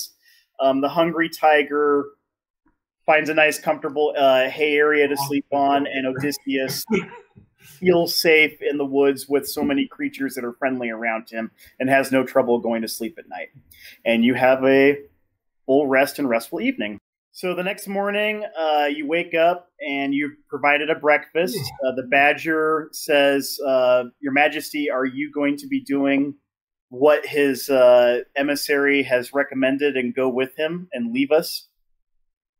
I have to go. I was told by the emissary. I will return as soon as I can. Can you please make a, I don't know, an intelligence check or wisdom check? Those are two very different things for me. I know. Intelligence is thinking about it, and wisdom is feeling about it. Wisdom. Please make a wisdom check, please. Ooh. Are you wise enough? I rolled a 16. I sure hope so. You are. You definitely got it. You remember the fox has been nowhere to be seen and attempted to lure you into a trap. So you might want to warn somebody that the fox is. I'm gonna tell Badger. Okay. I'm gonna say, while I am gone, you are in charge. You must keep your eyes out for Fox. He cocks his head at you. He says, "The fox? Why?" He tried to trap me in a trap made by some other person. He gasps and guffaws at the same time, somehow. And he says, "But that's treason, Your Majesty." All the more reason to be careful around Fox. If you see him, we are going to need to hold him until I can return and find out why he did what he did. Yes, Your Majesty. I will keep a lookout for him as well, and I will watch after your mate and cub as well. And please be sure the other animals don't fall into a similar trap. I don't want him trying this with the rest of my subjects. A well-taken point. He makes a sound, and a couple sparrows come down, and he says, "Send the word out to the rest of the forest. Be on the lookout for the brown fox. He has attempted treason against the king and should be looked after, and if you find him, say something to somebody in charge." Good role-playing, Patrick. You're nailing it. I'm sorry, guys. Anyway, he says to them, "Please be on the lookout for the brown fox and report back if you see him, and tell everybody that you see to be on the lookout for him." And they flitter off and they go start spreading the words of the animals of the forest. So you know that the Badger can keep your family safe and will watch after them. So we're almost done. We're almost done. We just got to get to the poppy field and we'll be all complete. He's waking up. He's playing his character. I'm stepping outside. All right. You step outside. You've had a good rest in a comfortable bed in a magic forest with music violins playing trees. Hey, little monkey. You see Y'all got any coffee around here? See a golden monkey come swinging down, and golden monkey. A golden monkey, yes. He looks at you and he says, "What's coffee? Can I pick it in a tree for you?" If you got a coffee tree, you could. We don't have a coffee tree. We have a bread tree. Y'all grow everything imaginable on a tree, but you can't get a cup of coffee in this place. I swear, if I ever figure out a way to go home, I'm gonna bring some coffee back here. And he steps on 2 feet and he looks. Golden monkeys. He looks a little distressed that he can't help you because he knows that you're a friend of the king. And I'll pat him on the head. You're good, little magic monkey man. Go enjoy some bananas. He runs off. As you wake up, Odysseus comes up and says that this is the most comfortable forest floor I've ever had, and the grass is so juicy and delicious. There is nothing quite so good as the grass in Oz. I'm gonna take your word for it. You know they got a fireplace inside that tree? A fireplace? What do they burn in it? I mean, they're animals. Maybe they don't understand the concept of what that means, but it's okay. It's a good night. I slept, though, and no one tasted me on the way into my room. That you know of. Let's go find that there giant bear, Odie. I think we should make haste. This sounds like there might be something going on, and I don't know. There's a few too many coincidences sitting right with me right now. So you go towards the cave entrance, and Bumblespeaker, hope I'm saying that right, comes out of the cave with his mate and his cub. He doesn't have any provisions or anything because he's a bear. He'll get his provisions on the way. The Badger has given the information. You guys are pretty much ready to leave if you have anything to say. Your mate, Petalfur, says, please be careful. Of course. If the fox is planning some kind of mischief out there, he is in league with somebody else and able to use his wiles to get others to do his bidding. So please be careful on your journey. The cub says, Papa, I'm going to miss you. And please be safe and come back safely. I want to be king one day, but not without you. I bump his head and I say, you just make sure you don't eat all the honey while I'm gone. He says, I promise, Papa, and he rears up and gives you a bear hug. You are getting strong. I will return as soon as I can. Don't worry too much about the fox.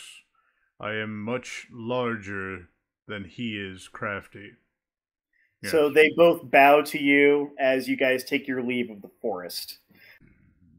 You are traveling. You go back to the Yellow Brick Road. Odysseus, Franklin Clay. I almost said Clayton again. Dang it. And Bumblespeaker the King with a little crown on his head. You were traveling east on the Yellow Brick Road. It's going to take probably the better part of a day to reach the main part of the poppies. There are little scatterings of them, and you don't want to get too close to them because you know they're dangerous. The big field of them is where you have to stop when you get close to it. When we get close enough, I'm gonna stop and sit down and like kind of scratch and Mr. Clay, how are we going to get past this? Odysseus looks and he says, what's the problem? It's just a field of flowers. Just run through it. Remember what the Scarecrow said. Pull out the whistle and blow. A piercing, shrieking, tinny whistle sound comes out from, and it goes for miles. It is very loud. You would assume it's enchanted if you didn't know better. It doesn't hurt your ears. It doesn't hurt your ears, but it is annoying. And initially, nothing seems to happen. You are standing far enough away from the field that it keeps anything from showing. You don't want to fall under the effects of it, whatever they are, the sleeping curse that you're aware of. But eventually, you do see the flowers starting to rustle a little bit. And eventually, a few field mice come racing up to you, and they prop up in front of Franklin, and they look at you, and they say, hello. Good afternoon. You have the whistle that the Queen of the Field Mice gave to the Tin Woodman. You need some help from us? We need to get across this here poppy field. We making our way to this portal that appeared out in the distance. We've heard of it. The birds have said something to us previously. We would be happy to take you across, but there's something. They look at you and they see your badge, and they say, "Are you the police force of Oz?" I work for the Emerald City. We have something to show you. It'll take a few minutes if you can wait here, please. Sure. Everyone wants to show me something these days. You're the investigator. You're gonna get the problems too. So they rush back off into the field, and it takes a good 45 minutes or so. But eventually you see a big form being dragged through big relative to the mice, I should say. They're very small brown mice. You see a big form coming towards you through the flowers as it shakes. It leaves the field, and you see, as they come closer, you see a small orange figure being carried under hundreds and hundreds of mice that are all working together on their feet to drag it towards you. Well, that's not something you see every day. They stop a fair distance away from the poppy field, but not close enough to you. You don't know why, but they don't bring it very far away from the field. They stop, and one of them comes rushing up to you and says, "We don't want to remove it too far from the effects of the poppy field, but it's far enough away that you should be able to keep your faculties to investigate it. Please come look at this. It's something we've never seen before." And he rushes back off to the creature that is laying on the ground. Pull out my pistol. You walk up and you see a small orange figure wearing filthy clothing on the ground. Please make an investigation check. I'm gonna walk next to Clay. Okay. I'm not necessarily investigating. I just you can be there. You could make it. You could help with his investigation roll if you want to, because you are a ruler of the forest, expert on creatures in this area because you run them. Well, if I'm helping, that just gives him advantage, right? 23. 23? I get a plus 5. You learn everything. Okay, so I'm going to read Hello, you... Steve the Brownfield Mice. Okay, so I'm going to read you a whole bunch that your analytical, investigative mind is going to notice about the creature. Okay? Let's go CSI on this. You're gazing at a strange orange creature laying beside the poppy field, and your particular analytical mind immediately goes to the creature's state. You see that he's wearing filthy clothing. He's got a rusty little sword next to him. He's about 2.5 feet tall. But looking at him, you notice that he looks unhealthy, malnourished, bruised, and fatigued, despite being in a poppy field and sleeping a bunch. There's blood caked and dried on this little sword that he has, and little bits of rabbit fur. You are immediately concerned about the talking rabbit that you assume met its fate. And then because you had an excellent roll, you're going to do more stuff and get more information. You examine its fingernails and see blood and chipped nails. Open its mouth and you can see razor-sharp teeth. You lift an eyelid to see a glassy, drugged yellow eye, languidly peering out, but it doesn't recognize you. You measure its pulse and you feel a surprisingly quick pulse, but you assume that that's probably due to the creature's small size. The smaller creatures have faster hearts. It's an erratic palpitation for a creature at rest, and you decide, again, it's due to the size. It looks absolutely alien and foreign to Oz.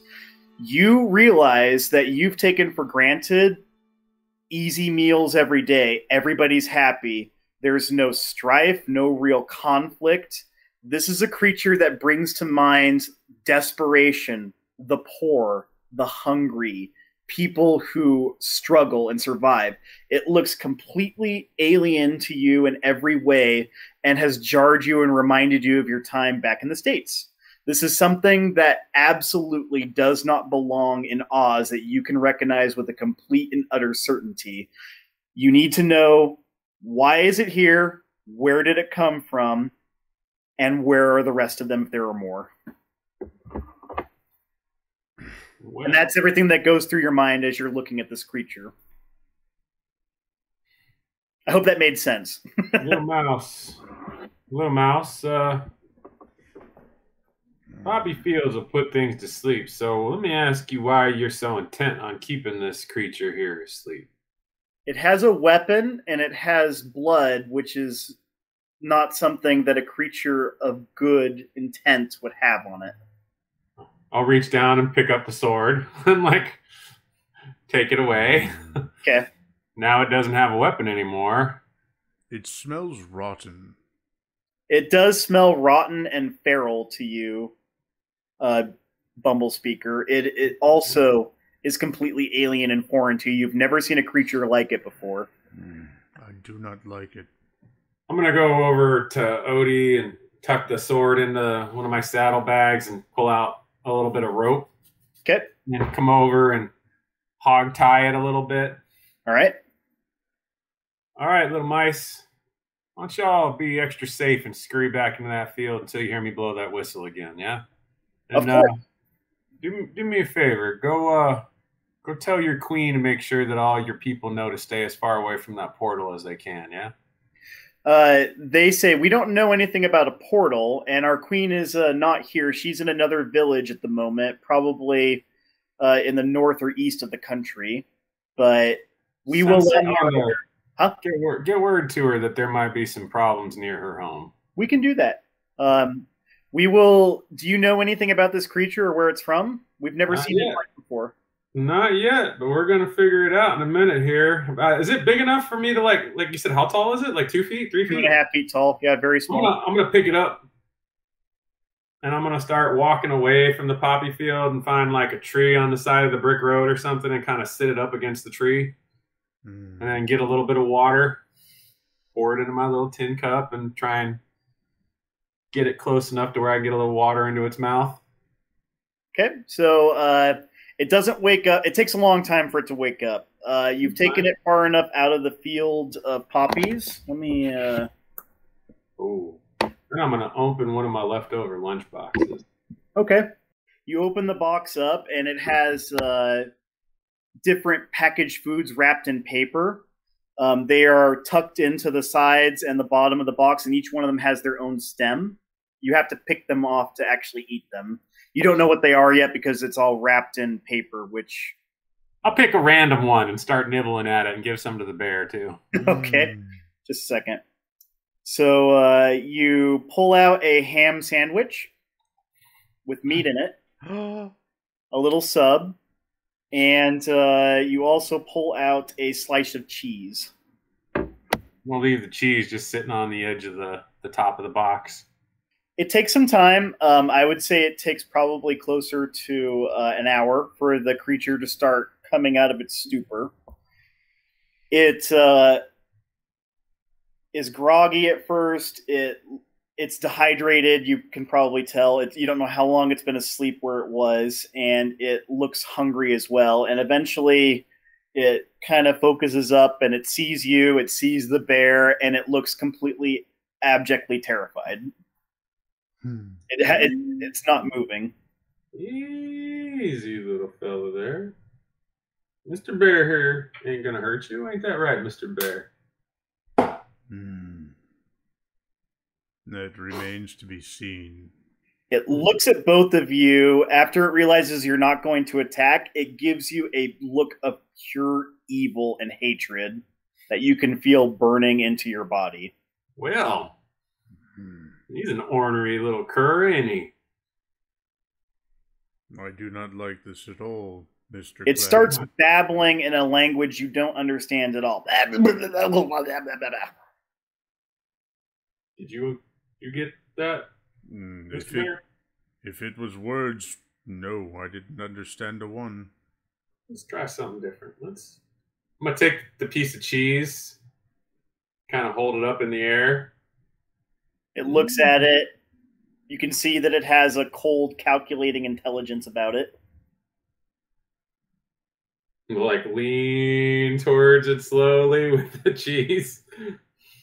It lunges at you and attempts to bite your finger. Pull back. I put my foot up against its chest now. Keep it there. It looks like it's gone feral, but you pretty sure that it's still behaving with intelligence. It looks at you and mean mugs you under your boot. I'm gonna let you eat this cheese, critter.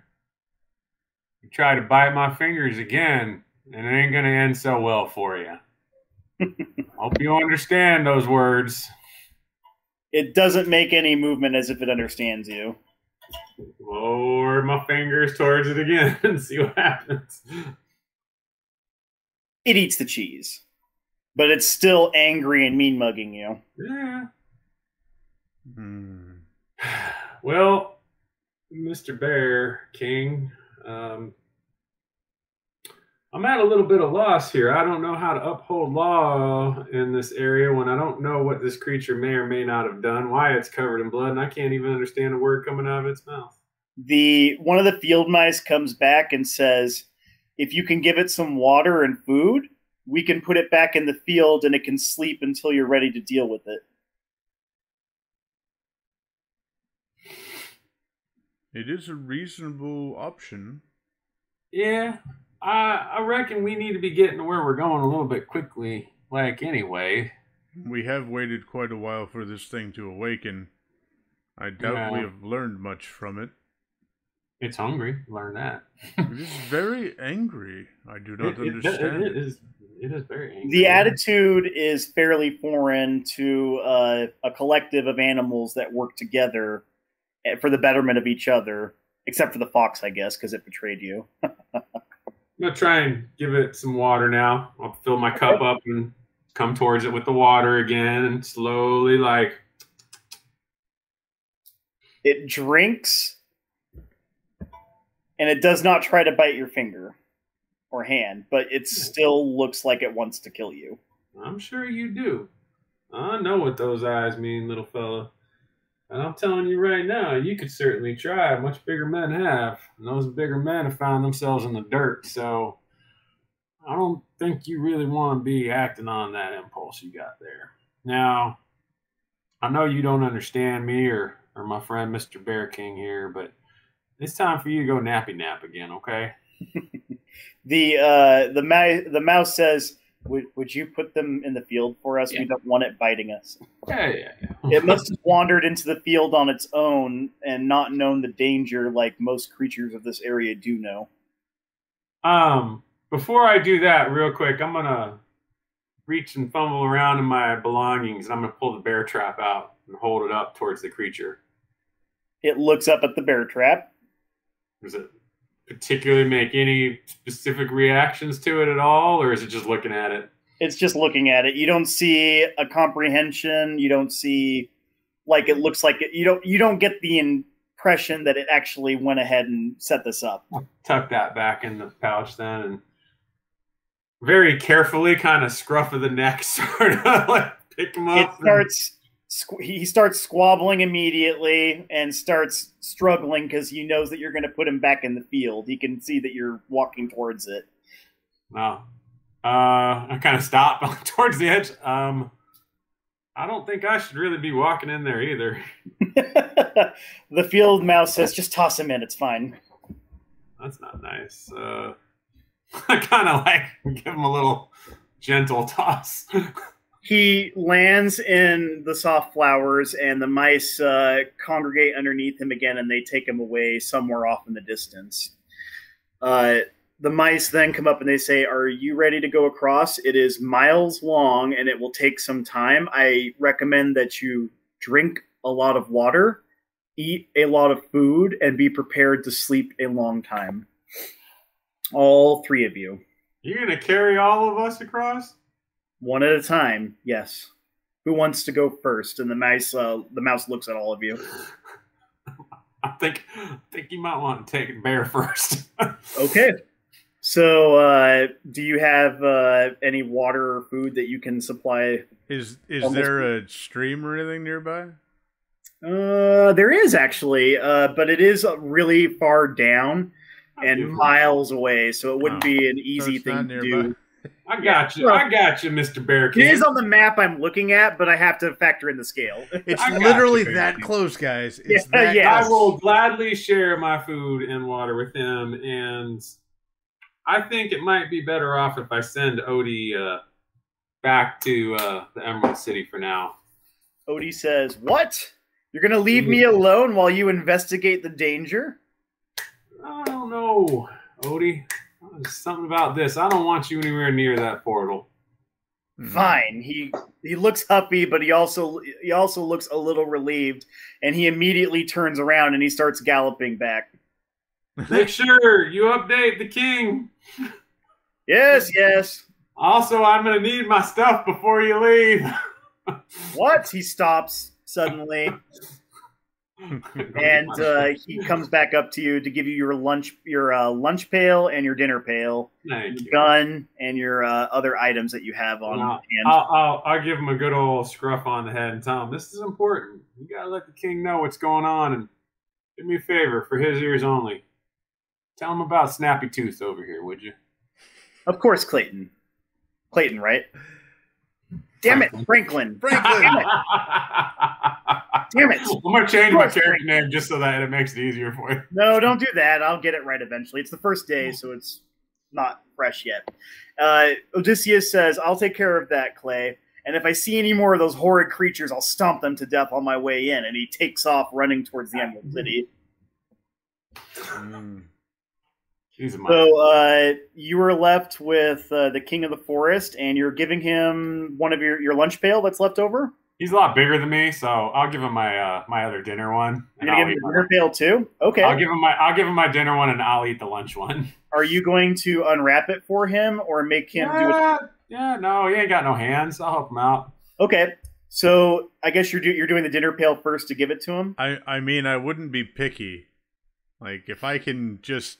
The dinner pail is very large. It is very heavy, very large. I don't want to carry this thing everywhere. Exactly. If he can just open it, I could just... He'll eat the paper and everything. I can just munch. So inside the dinner pail, as you claw the items out, you find a small tank full of lemonade, which you've never had before, but is delicious. You find slices of turkey, so you get meat. You find a slice of several slices of cold tongue, which is also delicious and another form of meat. The snack that tastes you back. What's that? I said it's the snack that tastes you back. Oh, yeah. But it's had the taste buds scraped and removed through magic, so you don't have to worry about having something gross. You find lobster salad in a little container that you can eat. Bread and butter in a little ball that's already made that you pick off the side. A small custard pie. An orange. It's some dinner. Strawberries and cracked nuts and raisins. Nice. So it was actually something when Hungry Tiger was around. Jeez, you should have, but you didn't. He was kind of rude. He threatened to eat a baby. He talked about it, but he would never do it. He's got a good heart and good conscience. It's just what he wants to do. He denies himself. So for you open up the lunch pail, and you've already eaten the cheese out of it and the ham sandwich. You also find in it a pickle, an apple that you pick out of the sides that are wrapped in places, and a sponge cake. Kind of like a Twinkie, but without cream filling sponge cake. There isn't a drink in there, unfortunately, so you're going to have to drink your own water. I got water. So after that's done, your paper lunchbox can be just discarded. The lunch pail is a very hefty, very sturdy piece of grown metal, I guess, and is I'm going to open it up and knock the lid around a little bit to prop it open and give it to the mice as a new living arrangement they can haul away. They come up to you and they say, a house? What a great idea. A mouse house. They immediately pick up the little pail and they rush off into the direction of their village. And they say, well, now that you have eaten and you have drank and you're hydrated and able to withstand a long sleep, which one of you three will go first? Odysseus ate grass, and he looked at what you were eating, but he was perfectly happy eating grass. He left. Yeah, that's right. Oh, duh. I'm sorry. Which one of you will be first to cross, then, is what the field mouse I guess I'm going first. Okay. The field mouse says, I stand on the yellow brick road. All aboard. You'll notice that the poppies overgrow the sides slightly, but the road is still visible. You need to run as fast as you can to the other side before the poppies overtake you so that we take you the least amount of distance without getting tired. Oh, Lord. So you are standing outside the edge of the poppy field on the... yeah, that's pretty much it. Is that going to be an athletics check? I think that's probably about it, yeah. Acrobat athletics, yeah, you're right. All right, here I go. So you are going to be rushing through on the yellow brick road past the poppies. I got an 11. Okay. You rush into the field in a burst of beautiful red color, and the spicy scent of the scarlet flowers assaults you. It smells wonderful, but it is extremely dizzying. And you are still on your feet, and you can keep bounding forward. So please make another athletics check. I think we're doing a save versus sleep. This is one of my This is one of my well, this is for running. Constitution check? Well, Oh yeah, maybe Constitution check is better because Constitution you're trying to save? keep from falling asleep, right? Con save? Yeah. Con that sounds save. good. Oh! What did you get? I got a 1. You probably got what, like a 20 in Constitution? Okay. I have a +6 on my con save, and I'm like, brum, brum, brum, blah. Damn. Okay. Eyes open and everything, just. So as you lumber along, you feel okay, but a giant wave of poppy scent assaults you, and you stop flat and land prone on the ground. You didn't get very far. You slide a little bit on the road. A little bit. The field mice that are still standing with Clay look ahead and they go, well, he didn't get very far. It's going to take a lot longer to get you both across. Let's have you go first now. We'll drag you across, and then we'll come back for him. Yeah. So well, you're holding your items. You're standing in front. You're getting yourself psyched up and ready to go. True. Not true what they say about being bigger. 16 for the running part. I fell very hard. Thank you very much. And then let's see for Constitution save. Where's my saving throw? There we go. 15. 15. You are assaulted by the scent of the beautiful flowers, both visually and the scent is dragging you down very quickly, but you're still on your feet. You've made it double the distance that the bear did, so go ahead and make another roll. This reminds me of that time I was in a... You launched off my back and got some air out of the scent range. You know you did. 8. 8, okay. As you run, the scent of the flowers overcomes you, and you're able to stop and kind of lower yourself down. You have that, if you've ever been put under for like nitrous or something, like when you get gassed at like the dentist, you try to keep your eyes open until you eventually collapse. You're both unconscious, and you don't know it, but don't forget what. You both are sleeping now. You don't hear it, you don't see it happening, but slowly over a period of time, the mice do drag both of you across the miles of field. A few and you end up on the other side. You wake up with headaches. You're on the other side of the poppy field, still on the yellow brick road. And you're standing outside another forest. Mr. Bear King, I gotta say, my head hurts right now, but watching you plant your face into that ground, I can only imagine what you feel like. As you shake off the dizziness from the poppy field, you stand up and you see that you are near the yellow brick road goes into a deep and dark forest. But that is the next part of your goal and will be done in the next game session. Yay! I want to thank Tom and Sean for both being here. You guys did really good. I know it was short notice for the game. Oh, wow, look at that. You could have had that the entire time? What the heck? Nah, because then it cuts me in and out if I move the wrong way. Because I'm wearing a green shirt. All right, all. Thanks for watching, and thanks for joining Charted Adventuring. We'll see you next time. Thank you.